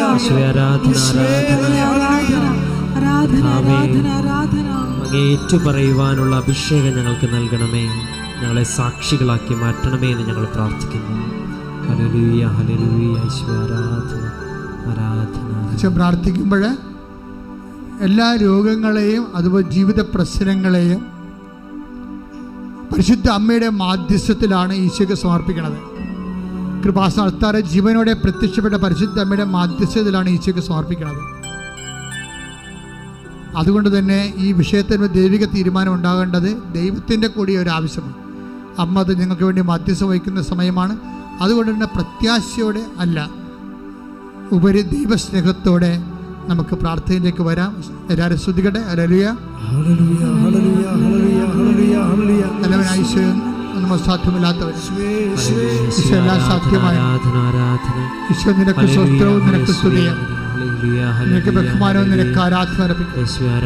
കർത്താവ് നിന്നെ വിശുദ്ധമായ വലതുകരം, തിരുമൽവാർന്ന അത്ഭുതകരം അങ്ങനെ മക്കളുടെ ശിരസിൽ വെക്കുന്ന പ്രാർത്ഥന അവിടെ സന്ധിബന്ധങ്ങളിലും മാംസപെച്ചുകളിലും ഞരമ്പുകളിലും ശരീരകോശങ്ങളിലും രക്തം പടരട്ടെ. എല്ലാ കോശങ്ങളിലും, എല്ലാ പേശികളിലും, എല്ലാ അസ്ഥികളിലും, അസ്ഥിക്കൊടുകളിലും, തലച്ചോറിലും, ശരീരഞരമ്പുകളിലും, രക്തഞരമ്പുകളിലും, ശരീരകോശങ്ങളിലും, ഹൃദയ ഞരമ്പുകളിലും, കരളിലും, ഗർഭാശയത്തിലും, ഉദരാശയത്തിലും, കർത്താവേ ശിഷ്ടമുള്ള സ്ഥലങ്ങളിലെ കർത്താവേ പീരീഡ്സ് കറക്റ്റാകാത്തവർ, രക്തസ്രാവം നിൽക്കാത്തവരെ സ്പർശിക്കണമേ. മാനസിക അസ്വസ്ഥമുള്ളവരെ സ്പർശിക്കണമേ. കർത്താവ് എപ്പിലെപ്സി രോഗികളെ സ്പർശിക്കണമേ. ആസ്മ രോഗികളെ സ്പർശിക്കണമേ. ഓട്ടിസം രോഗികളെ സ്പർശിക്കണമേ. ദൈവത്തിൻ്റെ കരുണ ചൊരിയട്ടെ, ദൈവത്തിൻ്റെ കരുണ ചൊരിയട്ടെ. കുടുംബങ്ങളിൽ തകർച്ചയുള്ളവർ, വിശ്വാസം കുറഞ്ഞുള്ളവർ, സംശയം കൂടിയവർ, ഉടമ്പടിക്ക് ഇതുവരെ അനുഭവമില്ലാത്തവർ, ഉടമ്പടി ഉടപ്പിയിട്ടുള്ളവർ, കർത്താവ് ഉടമ്പടി പരീക്ഷ പ്രവർത്തനങ്ങൾ ചെയ്യാൻ വിമുഖതയുള്ളവർ എല്ലാവരുടെയും ദൈവസ്നേഹം നിറക്കണമേ. കർത്താവിൻ്റെ കരുണ, മാർഗരോഗങ്ങൾ, തിരാവേദികൾ, ജീവദുരിതങ്ങൾ യേശുവിന്റെ നാമത്തിൽ, മാർഗരോഗങ്ങൾ, തിരാവേദികൾ, ത്വക്ക് രോഗങ്ങൾ യേശുവിന്റെ നാമത്തിൽ, വാതരോഗങ്ങൾ, സർപ്പരോഗങ്ങൾ യേശുവിന്റെ നാമത്തിൽ മാറിപ്പോകട്ടെ. കർത്താവേ കർത്താവേ കർത്താവേ, നിന്റെ വിശുദ്ധമായ രക്തത്താൽ ഉച്ച മുതലേ ഉള്ളംകാല് വരെ എല്ലാ പേശികളിലും, ഞരമ്പുകളിലും, കോശങ്ങളിലും, അട്ടലുകളിലും, തെറിച്ചുപോയ തെന്നിപ്പോയ കശേരികളിലും, കരളിലും കർത്താവിൻ്റെ രക്തം പടരട്ടെ. അരവിച്ച കോശങ്ങൾ, മുഴയുള്ള കോശങ്ങൾ, സിസ്റ്റുള്ള കോശങ്ങൾ, കർത്താവ് മുന്തിരിക്കൊലമുള്ള അസുഖങ്ങൾ, കർത്താവ് കുടലിൻ്റെ അസുഖങ്ങൾ, തൈറോയ്ഡ് രോഗികൾ, ഷുഗർ രോഗികൾ, കൊളസ്ട്രോൾ രോഗികൾ, തൈറോയ്ഡ് രോഗികൾ, എപ്പിലെപ്സി രോഗികൾ, കർത്താവ് ഓട്ടിസം രോഗികൾ അങ്ങ് സ്പർശിക്കണമേ. ദൈവത്തിൻ്റെ കരുണ, ദൈവത്തിൻ്റെ ശക്തി, കൈവെക്കാൻ പറ്റാത്തവർ, അത് നടക്കാൻ പറ്റാത്ത കുഞ്ഞുങ്ങൾ, ഗർഭത്തിൽ കുഴപ്പമുള്ള കുഞ്ഞുങ്ങൾ, പ്രസവത്തിന് ശേഷം കുഴപ്പമുള്ള കുഞ്ഞുങ്ങൾ, നടക്കാത്ത കുഞ്ഞുങ്ങൾ, സംസാരിക്കാത്ത കുഞ്ഞുങ്ങൾ, കേൾക്കാത്ത കുഞ്ഞുങ്ങൾ, കാണാത്ത കുഞ്ഞുങ്ങൾ, ചെവി കേൾക്കാൻ പറ്റാത്തവർ യേശുവിനെ സ്പർശിക്കട്ടെ. അവിടെ ചെവികളിൽ കർത്താവ് സ്പർശിക്കട്ടെ. അവിടെ തൊണ്ടയിൽ കർത്താവ് സ്പർശിക്കട്ടെ. അടിപ്പിണർ പോലെ വൈദ്യുത ആഘാതം പോലെ യേശു ക്രിസ്തുവിൻ്റെ നാമത്തിൽ സൗഖ്യങ്ങൾ നമ്മൾ സംഭവിക്കട്ടെ. അടിപ്പിണർ പോലെ വൈദ്യാഘാതം പോലെ പിതാവിൻ്റെ മധ്യസ്ഥതയിൽ, പിതാവിൻ്റെ നാമത്തിൽ, യേശു ക്രിസ്തുവിൻ്റെ മധ്യസ്ഥതയിൽ, യേശുവിൻ്റെ നാമത്തിൽ അടയാളങ്ങൾ സംഭവിക്കട്ടെ, അത്ഭുതങ്ങൾ സംഭവിക്കട്ടെ. മാർഗ രോഗങ്ങൾ, തീരാവേദികൾ, ദുരിതങ്ങൾ മാറിപ്പോകട്ടെ. പല്ലിലെ വേദന, തൊണ്ടയുടെ അസുഖങ്ങൾ, ശ്വാസകോശ രോഗങ്ങൾ, ഗർഭാശയ രോഗങ്ങൾ, മക്കളില്ലാത്തവർ കർത്താവ് സ്പർശിക്കട്ടെ. ഉരന്തരത്തെ സ്പർശിക്കട്ടെ. വിവാഹം ഒത്തുവരാത്തവർ, ജോലി ഇല്ലാത്തവർ, ജോലിക്ക് പോകാൻ പോയിട്ട് കഷ്ടപ്പെടുന്നവർ, നഷ്ടം തിരിയുന്നവർ, തിരിച്ചു പോകാൻ പറ്റാത്തവരെ എല്ലാവരും സ്പർശിക്കണമേ. ദൈവത്തിൻ്റെ കരുണ, ദൈവത്തിൻ്റെ അഭിഷേകം എല്ലാവർക്കും ലഭിക്കട്ടെ. യേശുവിൻ്റെ നാമത്തിൽ, യേശുവിൻ്റെ നാമത്തിൽ മാരക രോഗങ്ങൾ, തീരാ ദുരിതങ്ങൾ, ജീവിത തടസ്സങ്ങൾ യേശുവിൻ്റെ നാമത്തിൽ മാറിപ്പോകട്ടെ. ശ്രുതിക്കട്ടെ. ഹല്ലേലൂയ, ഹല്ലേലൂയ. യേശുവേ നന്ദി. ഹല്ലേലൂയ, ഹല്ലേലൂയ, ഹല്ലേലൂയ, ഹല്ലേലൂയ, ഹല്ലേലൂയ. യേശുവേ സ്തുതി. ഹല്ലേലൂയ, ഹല്ലേലൂയ, ഹല്ലേലൂയ, ഹല്ലേലൂയ, ഹല്ലേലൂയ. വരേണമേ, എന്നിൽ നിറയണമേ. നാഥാ വരേണമേ, സൗഖ്യം നൽകണമേ. നാഥാ വരേണമേ, എന്നിൽ നിറയണമേ. നാഥാ വരേണമേ, സൗഖ്യം നൽകണമേ. മുട്ടേദിക്കുക. വ്യക്തിപരമായ ആവശ്യങ്ങൾക്ക് വേണ്ടി, ഉടമ്പടി വ്യക്തിക്കുന്ന വിഷയങ്ങൾക്ക് വേണ്ടി മാതാവിൻ്റെ മധ്യസ്ഥത്തിൽ ദിവ്യകാരുണ്യനാഥന് സമർപ്പിക്കുക.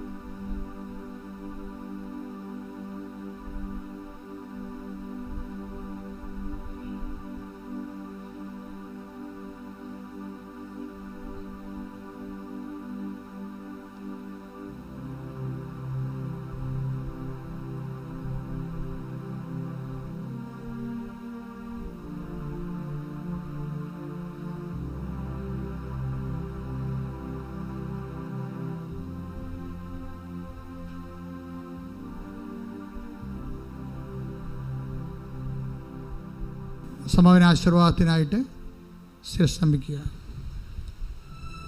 കർത്താവെ, ഉടമ്പടി പ്രാർത്ഥനയിലെ പ്രവർത്തനങ്ങളിലൂടെ സ്നേഹം വർദ്ധിപ്പിച്ച്, സ്വാതന്ത്ര്യം വർദ്ധിപ്പിച്ച്, ദൈവമക്കളുടെ സ്വാതന്ത്ര്യം അനുഭവിച്ച്, അങ്ങയോട് മോശയോടെന്ന പോലെ മുഖാമുഖം സംസാരിച്ചതുപോലെ അങ്ങയോട് സംസാരിക്കുവാൻ, അങ്ങ് പറയുന്ന കാര്യങ്ങൾ വിശുദ്ധ ഗ്രന്ഥത്തിലൂടെ മനസ്സിലാക്കുകയും ഞങ്ങളുടെ മനസ്സിലൂടെ അങ്ങ് പറയുന്ന സംസാരവും സംഭാഷണവും ഗ്രഹിക്കുവാൻ തക്കവിധം ദൈവസ്നേഹമുള്ളവരായി ഞങ്ങൾ ഓരോരുത്തരെയും മാറ്റണമേ എന്നും അഭിഷേകം ചെയ്യണമേ എന്നും പ്രാർത്ഥിച്ചുകൊണ്ട്, ദൈവമേ, അങ്ങയുടെ ആശീർവാദത്തിന് മുൻപിൽ ഞങ്ങൾ ശിരസ് നമിക്കുന്നു. ഞങ്ങളെ ആശീർവദിച്ച് അഭിഷേകം ചെയ്യണമേ, അങ്ങയുടെ ദൈവസ്നേഹത്താൽ നിറയുന്നവരാക്കി മാറ്റണമേ എന്ന് ഞങ്ങൾ പ്രാർത്ഥിക്കുന്നു.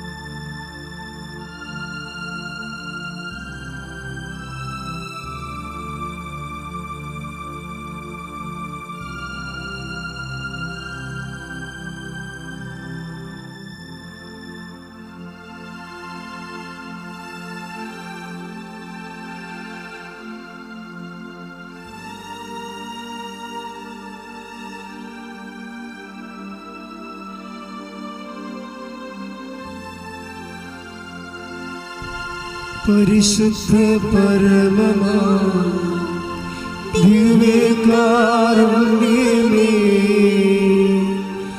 എന്നുമെന്നും അങ്ങേക്കാരാധന. പരിശുദ്ധ പരമമാ ദിവ്യകാരുണ്യമേ, എന്നുമെന്നും അങ്ങേക്കാരാധന. പരിശുദ്ധ പരമമാ ദിവ്യകാരുണ്യമേ, ഇന്നും